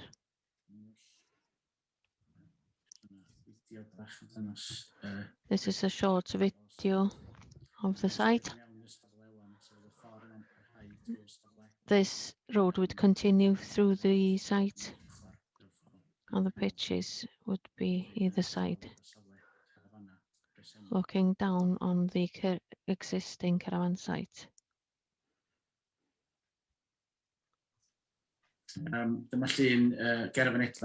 This is a photo by the access where camping occurs at the moment. The relevant policies are A and I, Strategic Policy A and also Development Policy 1, 2 and 23, which clearly states that the replacement of camping pitches with other non-camping pitches will not be permitted. And in the revision of a early local development plan, it identified the need to retain camping pitches on existing sites to both maintain a range of accommodation provision with the national park and reduce environmental impact. Development Policy 2, Development and the Landscape. What needs to be done in order to safeguard the landscape? This proposal, although it does create a road on the site and hard standing, it won't have a detrimental effect on the landscape. As part of the proposal, they have agreed for additional landscaping with hedges and trees and wildlife corridors. Officers are not aware that there has been a decrease in demand for camping pitches. The applicant says that there is, and there has been more demand for caravan sites. And as you will be aware, wild camping has been happening in several places in Eryri over the past few years. And of course, reducing the places to camp would be against policy. Development Policy 23 supports the extension or upgrading of existing touring caravan and camping sites, subject to certain criteria being satisfied.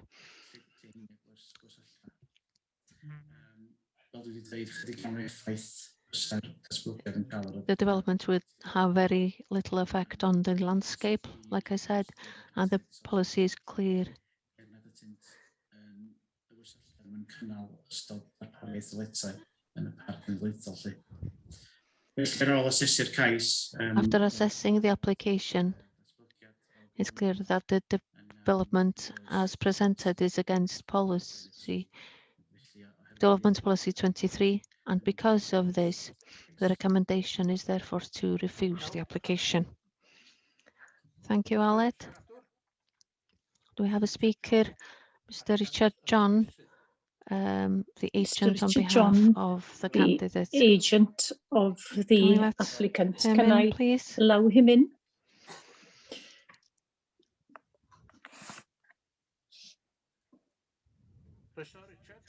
Welcome, Richard.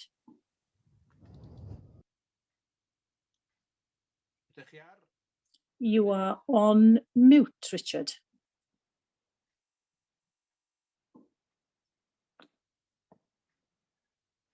You're on mute, Richard. There we are. I apologise. You have 3 minutes. Right. Mr. Chairman and committee, I am talking on behalf of the applicant for this application and for the land by the river. The site is within Dyffryn Ardudwy boundary, and the site has been set with trees and a hedge. At present, there is a mixture of 40 sites for touring caravan and 38 camping sites. And over the last 3 years, the demand for camping has reduced, but the requirement for caravans has increased even more so since COVID-19.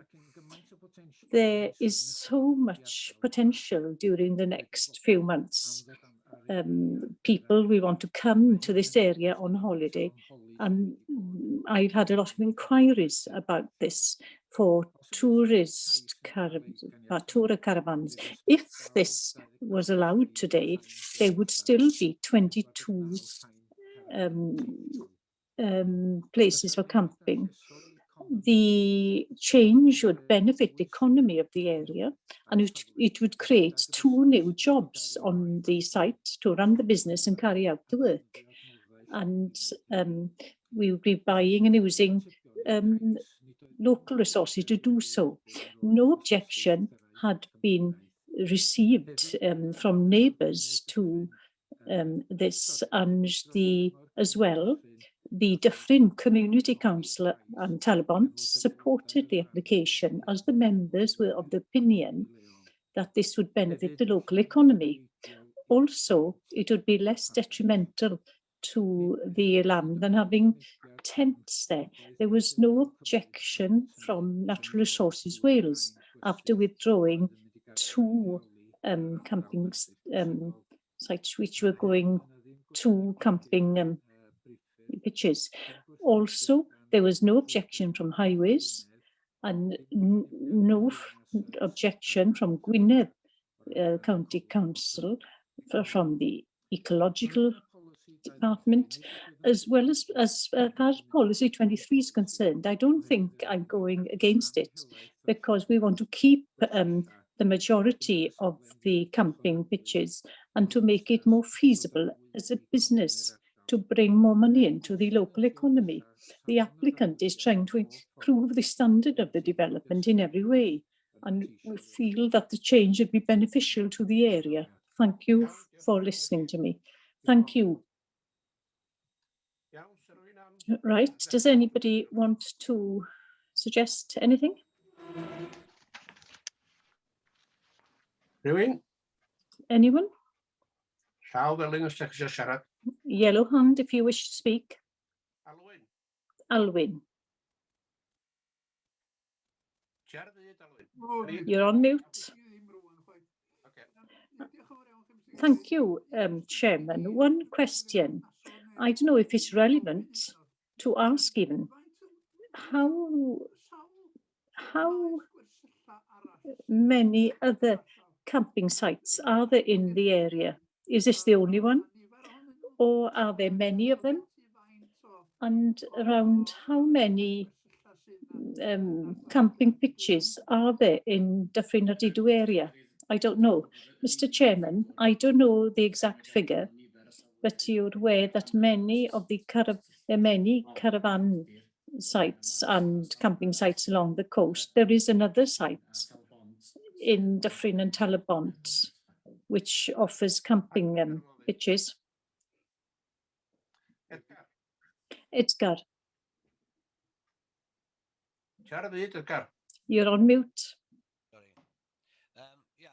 Yes, well, you asked, well, I give a proposal. I say we go with the recommendation and refuse. Does anyone second that recommendation? Tim seconds, okay? Does anyone else want to speak on this matter? If not, we'll put it to the vote. We'll go through the same process. I'll begin with myself. Oh, Owen wants, and John, who have said they wanted to speak. Okay, Owen. Well, I think John was a second before me. We've got a list on the right-hand side of the screen. But the screen says it's you, but John put his hand up first. John, you're on mute. No problem. Thank you very much. Yes, I would refuse this, and I could see on the side of the roads there are camper vans and caravans. It's a huge problem. I'd rather see a business like the first one creating an economy, creating jobs, rather than, you know, the other thing and rubbish thrown everywhere. I don't support that. So if you want to, if you refuse this request, you are supporting that. So that's my opinion. So it's better to, you know, bring money into the economy and see them staying somewhere like this in a purposeful place. Thank you, John. Owen? You're on mute. Thank you. Yes, I'm just looking at what the justification is for the wording of the policy, and I must say I'm rather concerned with this. That, I don't know if you're on firm ground. The policy says that we need to maintain the provision and reduce the detrimental effect on ecology. Well, I'm not sure if this has those effects. I don't know whether we should give this more consideration. Right, can we have an answer to that?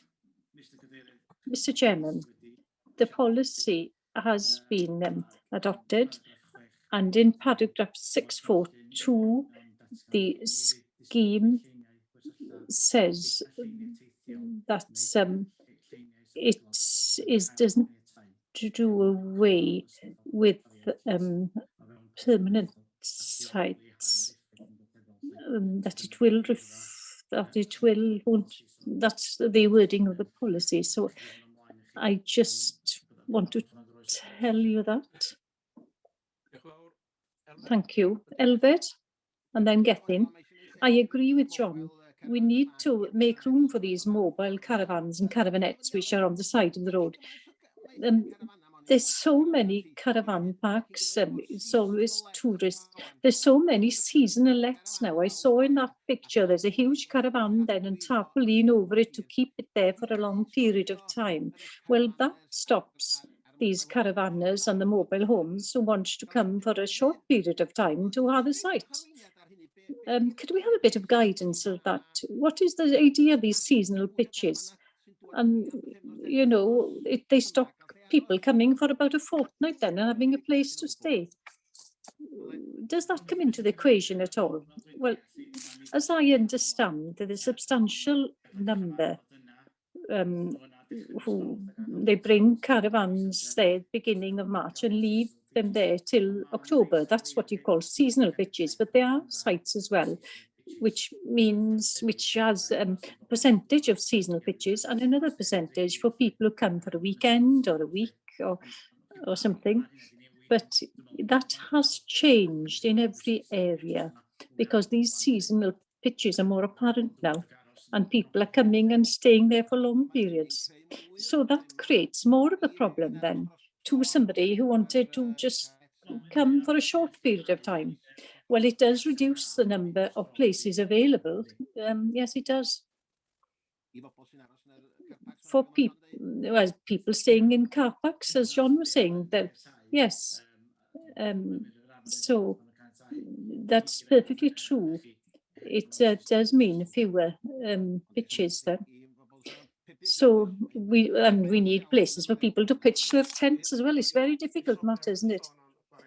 Yes, well, John mentioned that these camper vans park on the side of the roads.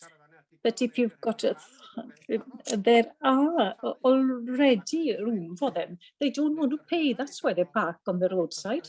It costs £35 a night to keep a caravan somewhere. That's why they park on the side of the road. Gethin. Thank you, Chairman. Yes, this is a difficult one. A few miles down the roads, we've got the biggest camping site in Europe. I would personally have liked to see more work being done to see what the provision actually is, considering how many camping sites we do have down in Belglas. And if there was a proposal such as this, well, which would improve the situation, but I feel like abstaining at present. Thank you, Chairman. I support the recommendation of officers, but a more general point. The situation last year and more likely this year has been exceptional, so perhaps there is room to look at our policies.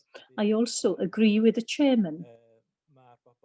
The people overall who park on the side of the road, they're not willing to pay £35 for a better place to stay. I think we need to look at our policies, but I think we need to look at this application, though, on its own strengths.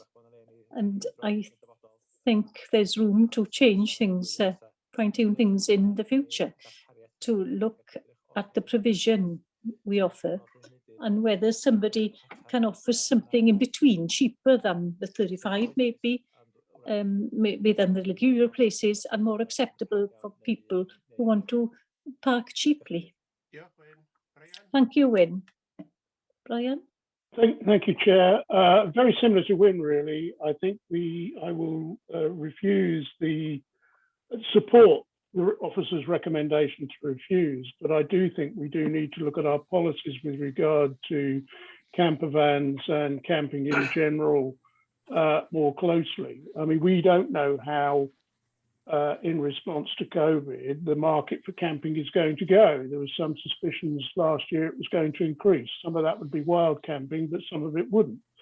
So there's a whole complex there to do with tourism, and we need to link those policies of camper vans and wild camping issues into the sustainable tourism approach that we are developing. So as it stands, I would support the officer's recommendation to refuse. Yes, Brian. Judith? Thank you, Brian. Judith? Thank you. Yes, I agree.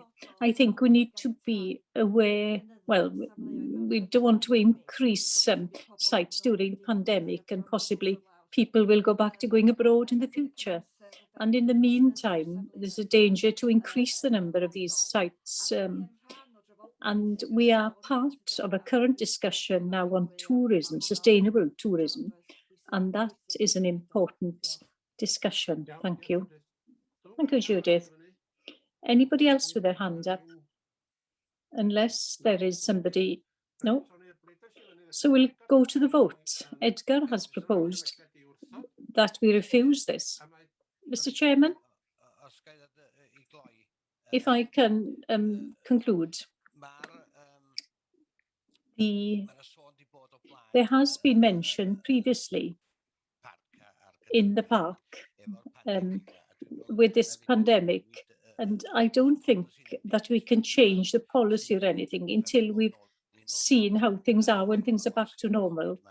If this COVID disappears, and we won't have the answer to that until 2022. But you do have as well, it said that there's places to put tents up in Llanbedr. You do have caravan places in the different seasides, one of the biggest in North Wales, and you've got the old quarry. You've got many in that area. I don't know if you're aware of that area. I don't think now is the time to change this. And I propose that we refuse. Thank you. We'll go to the vote. Everybody in, well, we'll begin. I refuse myself. Alwyn? I agree. Support. Anwen? Support. Judith?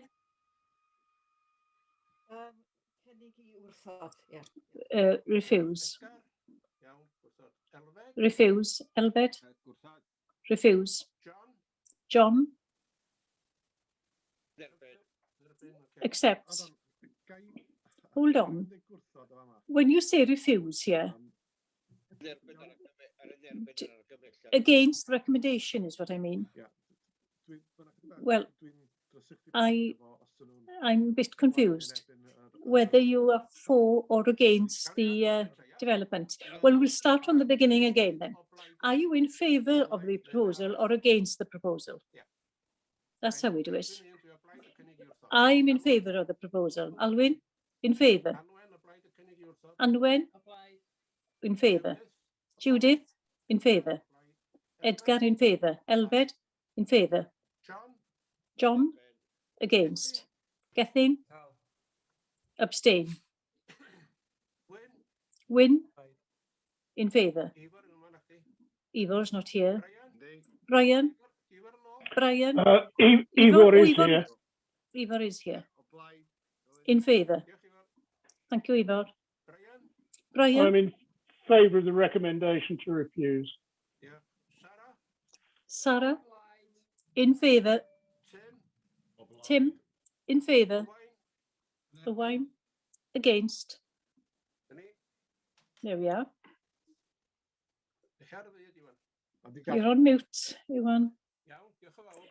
Thank you. So can we have a break of 5 minutes? So before we move on with this, when I was speaking, a member interrupted, saying I was talking rubbish. I'd like an apology.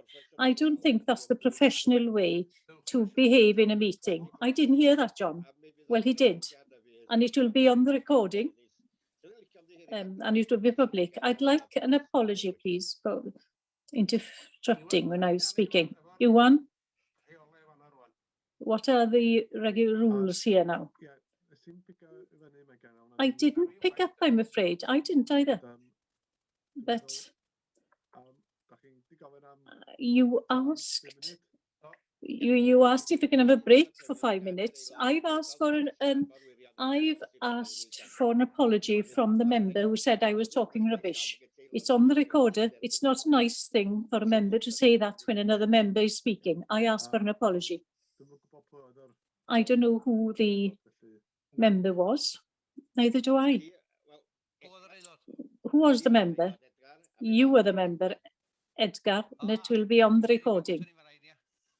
I wasn't on mute. I apologise, John. Okay. All right, we'll have a break of 5 minutes. So you can have a cup of tea, coffee.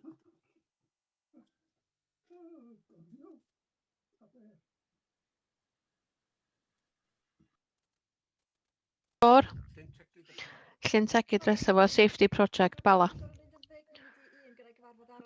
I have to leave at 10 to 1, but I'll be back at 2 o'clock. Okay, thanks. Sarah Thomas?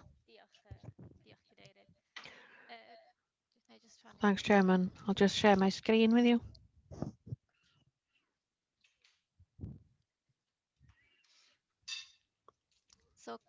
cais adroddiad rhagarweiniol ydy hwn ar gais gan cyfath This is an introductory report about work on Llyntegwyd Reservoir.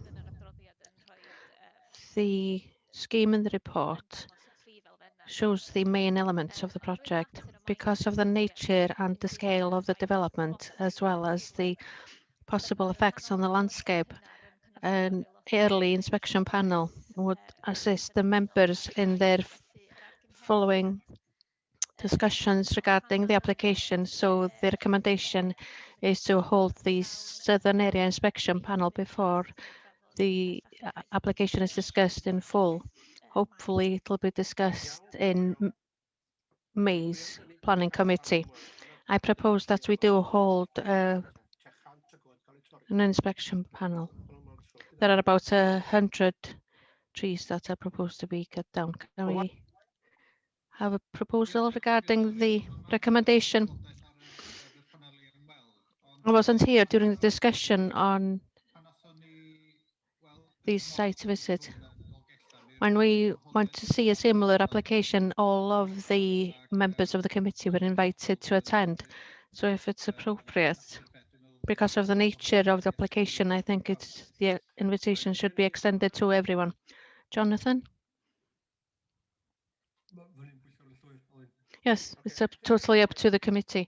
Is that a proposal, Owain? The improvement to the recommendation to invite all of the members to attend. Does anybody second that? I'll second that, in fact, so that we can move forward. Gethin?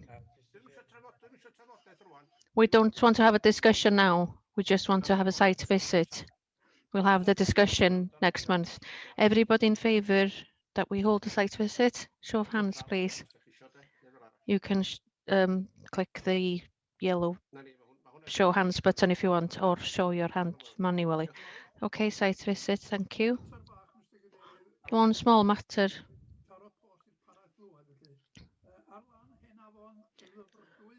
On the banks of the river Dyfrdwy.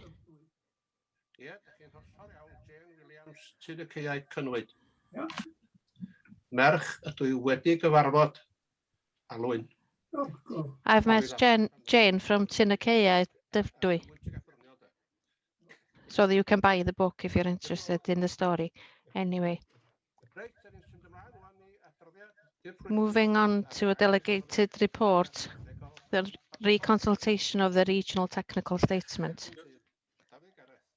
David Gareth. Thank you very much, Chairman.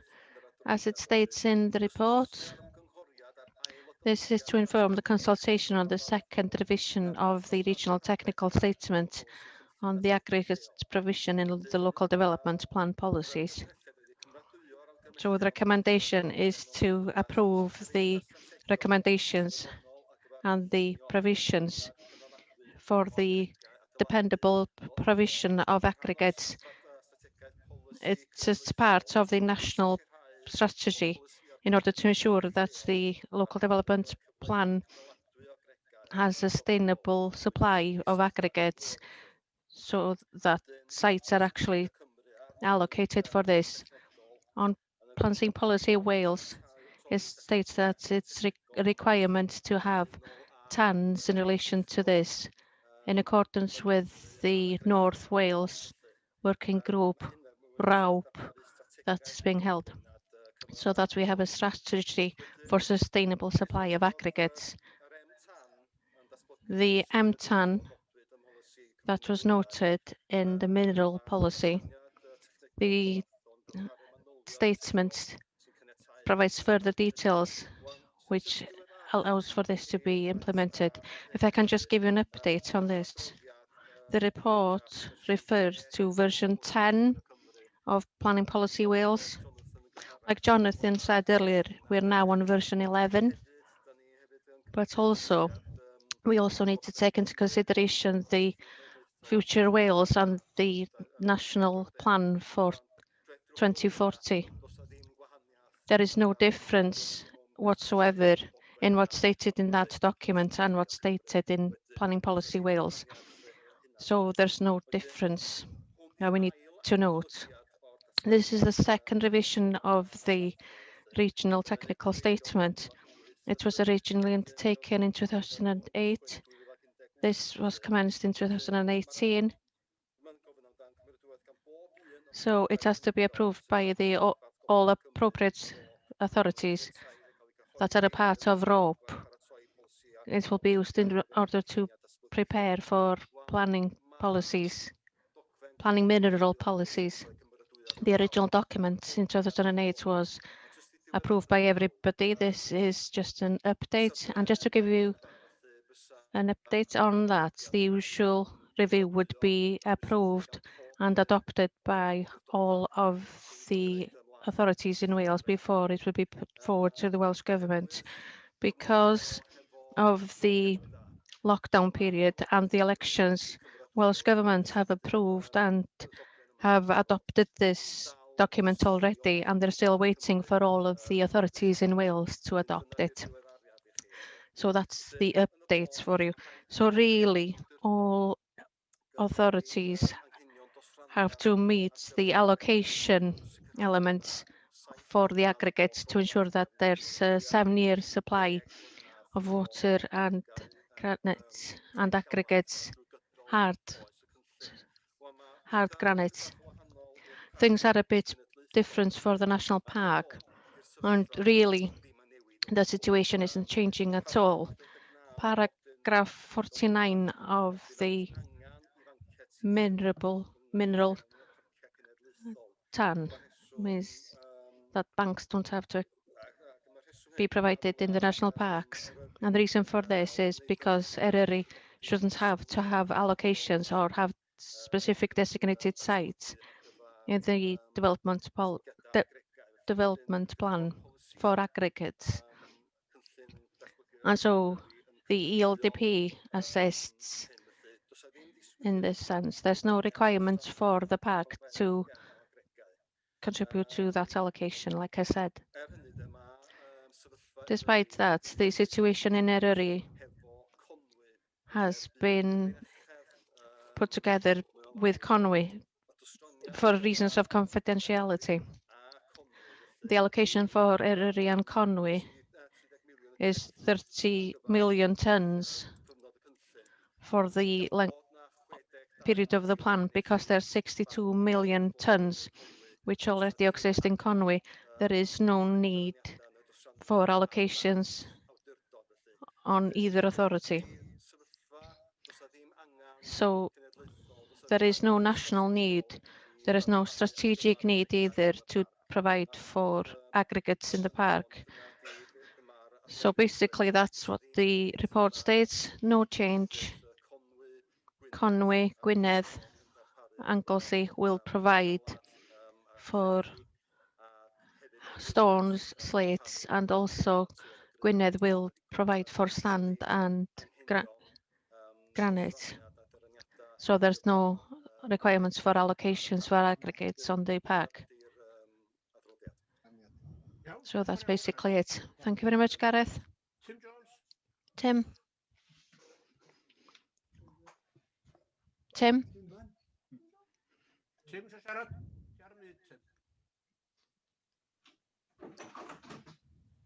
Fysa'r botwm myd. Sorry, oedd yr hen llaw. Iawn. No. Sorry, my hand was up from a previous vote. Wyn Jones?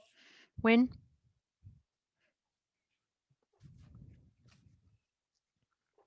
Hen law yna fyd. Iawn. Same here too. Owen Wyn? Mine's a new hand. I can't claim at the moment that I've read every word and every table in this report, but I did notice that it's in the RAWP, under the RAWP name. I have a question for Gareth. I've been elected for about 2 to 3 years now to represent the authority on the members group. And as far as I know, I've never had any correspondence about the members group. The authority does give delegated powers to the person who represents on the members group to make decisions. but this is just this question basically. Does this member group exist? And if so, when did it last meet? The members group hasn't met since the previous revision. The way forward that the Welsh Government decided on this time around was to have approval from every authority in Wales. That the review would be reported as is now and that we report back to Welsh Government. So does that members group exist? So in fairness to Anwen, because we need to know whether or not we need to go through this process. I don't believe that the members group access. Can you confirm that for certainty? I'm quite sure that Welsh Government, all they needed was for every authority to be reported to or through the Cabinet or through the Planning Committee and then confirm the results to them. I don't think the members group exists already. You're just confirming what I suspected, but thank you for that. I can't see that anybody else wants to speak. Does anybody propose that we accept the reports with thanks? If everybody's in agreement, can we have a show of hands, please? The yellow button, yellow raise hand. Majority in favour. Thanks, Gareth.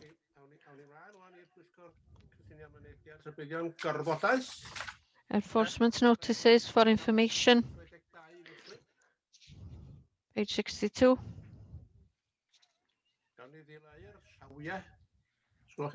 Can we get rid of the hands before we carry on, please? Can we remove the hand signals? Thank you. Anybody want to raise anything on page 62? 63? 64? 65? 66? 67?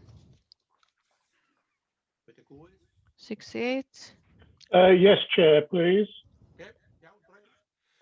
Item 26, which is the third one on page 68. Yeah. It said a notice to be complied with by the 1st of May and a visit in August, September, but there's nothing in the final column, so we don't know what stage that particular case is at.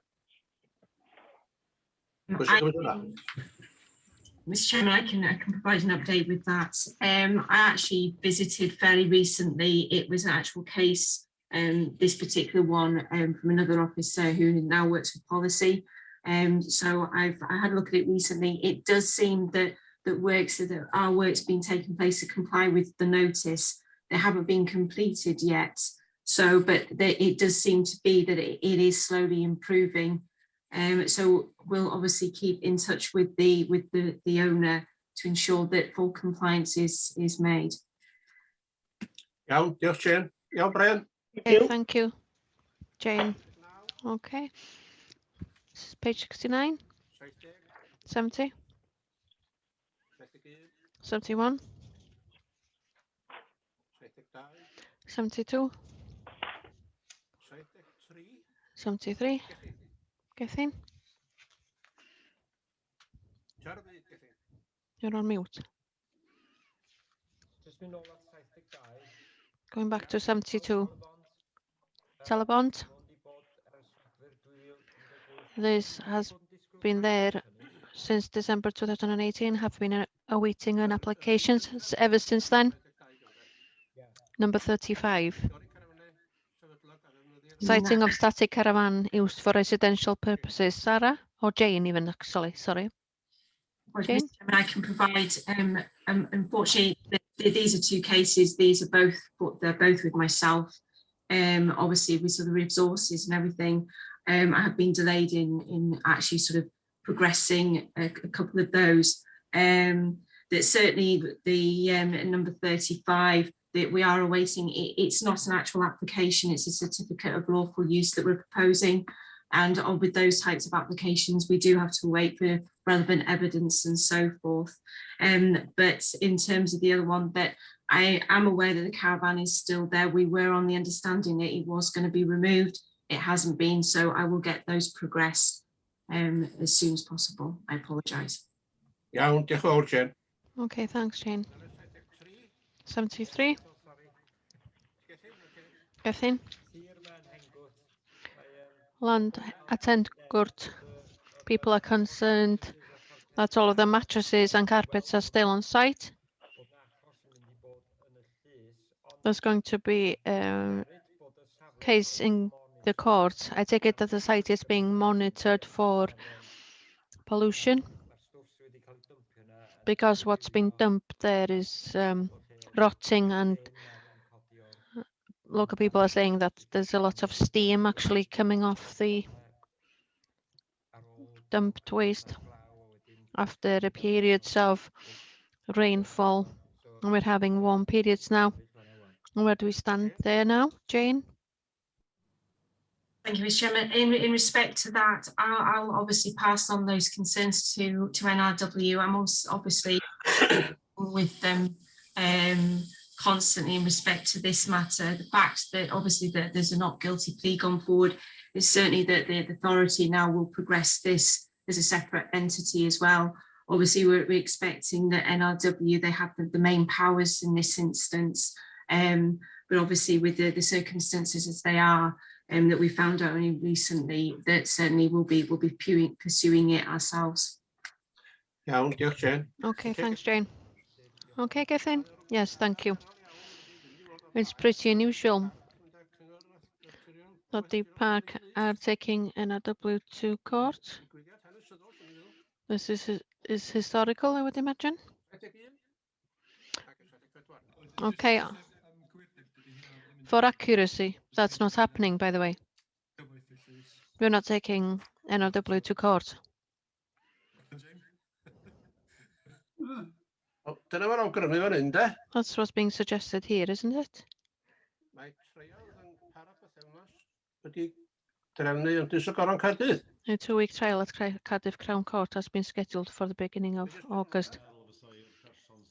But that's for the person, that's in relation to them, not in relation to NRW.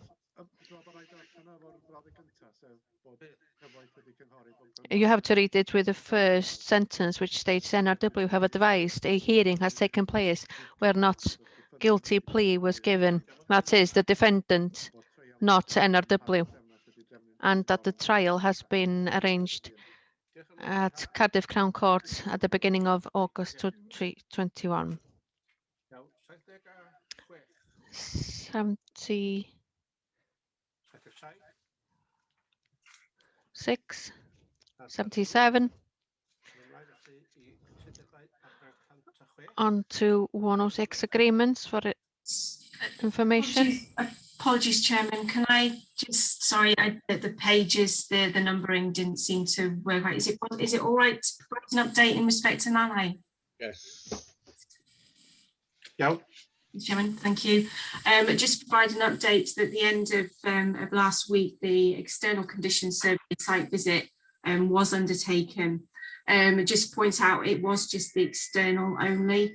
We've obtained extensive drone footage, which is obviously we're going to go away and have a look at that and be able to sort of get an assessment of what works are required to safeguard and weatherproof the building to prevent it from deteriorating further. In respect to the internal aspect, I hadn't heard anything from the owners as such, although they were aware and they were happy in terms of the external inspection. They have suggested that we will be able to carry out an internal inspection towards the end of April, so beginning of May, and I'm currently working with them for that to take place. If it's a case that we get further sort of setbacks in respect to that, we will be going for a warrant to gain entry so we can undertake the internal inspection, because we have provided sufficient time to actually get that organised. So that's just to provide them. Hopefully, in terms of the drone footage, I'd like to hope that I'll be able to get that so we can actually let members have a look at that at the next committee meeting. Iawn, diolch yn fawr iawn, Jane.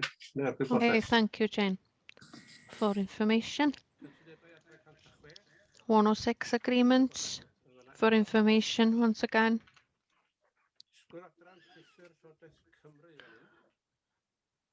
Highways Department, Welsh Government, that's also for information. Any comments, anybody? Over the page? Any questions relating to that, anyone? A list of background papers for information. And then pre-application fees. I'll keep this brief. I'm sure you're all starving by now. As you can see in the recommendation, we're asking for the right to charge a fee of £100 for undertaking site visits for pre-application advice for listed building permissions. We do charge for every other type of application. So there will be consistency introduced into the procedure. The fact that we charge for site visits has helped a lot in order to manage the officers' time. They are not thrown out to sites before an application is submitted because people have to pay a fee, but this is still happening with listed buildings, where the listed building officer is often called out and he's missing his targets with his application. So it will help us in managing his time and create some consistency in the procedure of charging fees. As you can see in the second paragraph, we're also asking for permission to amend the fees for the future. We need to, I hope this is okay. It's up to the committee if you agree with the second part there. Any questions in relation to this, to Jonathan? If not, does anybody want to propose that we go along with the recommendation? Edgar? Propose that we go along with the recommendation. Do we have a seconder? Can we have a show of hands, please? Yellow hand. If you're in agreement. Motion carried. Thank you. Delegated decisions for information.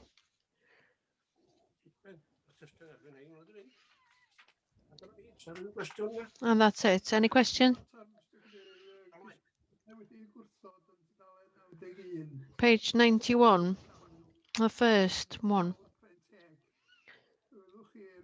Oh, it's not the first one in the Welsh version.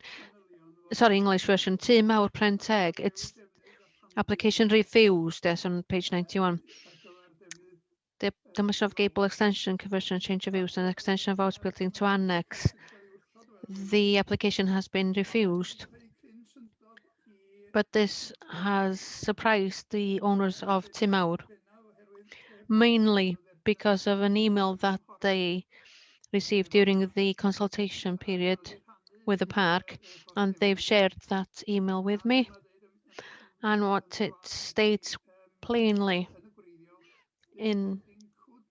said this, this building could be utilized as an annex as follows. Become a separate self-contained unit. It could be utilised for visiting friends and family or a dependent relative. So that email suggests something that's contrary to the reasons for refusal. Did you want an explanation, Alwyn? Yes, I do want an explanation. And there may well be an explanation, but I'd like to know what the background is and why that email and the actual results are totally different. I don't know the answer to that myself. I would have to ask Richard, but I take it that the principle would be acceptable, but that the details of the application wouldn't coincide with an annex. It's more like perhaps an application for a new house, perhaps. I'm just guessing though, I don't know. I can ask Richard to email you directly, Alwyn. Yes, that's fine. But if that's the case, then it should have been noted.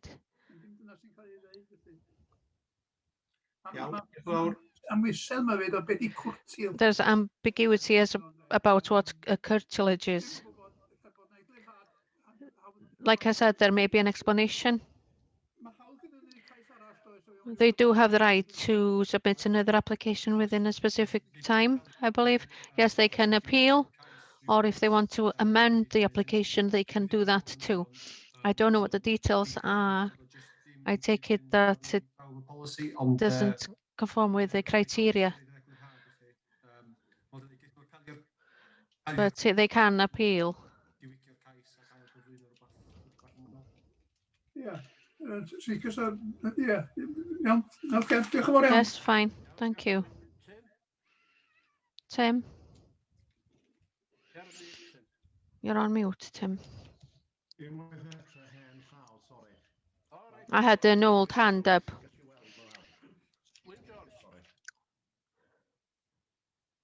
Win? And I had an old hand up, I'm sorry. Apologies for that. Okay, if nobody else wants to say anything. We're on the last page. And we have another meeting in an hour. Okay, we're finished. We'll see you at 2 o'clock.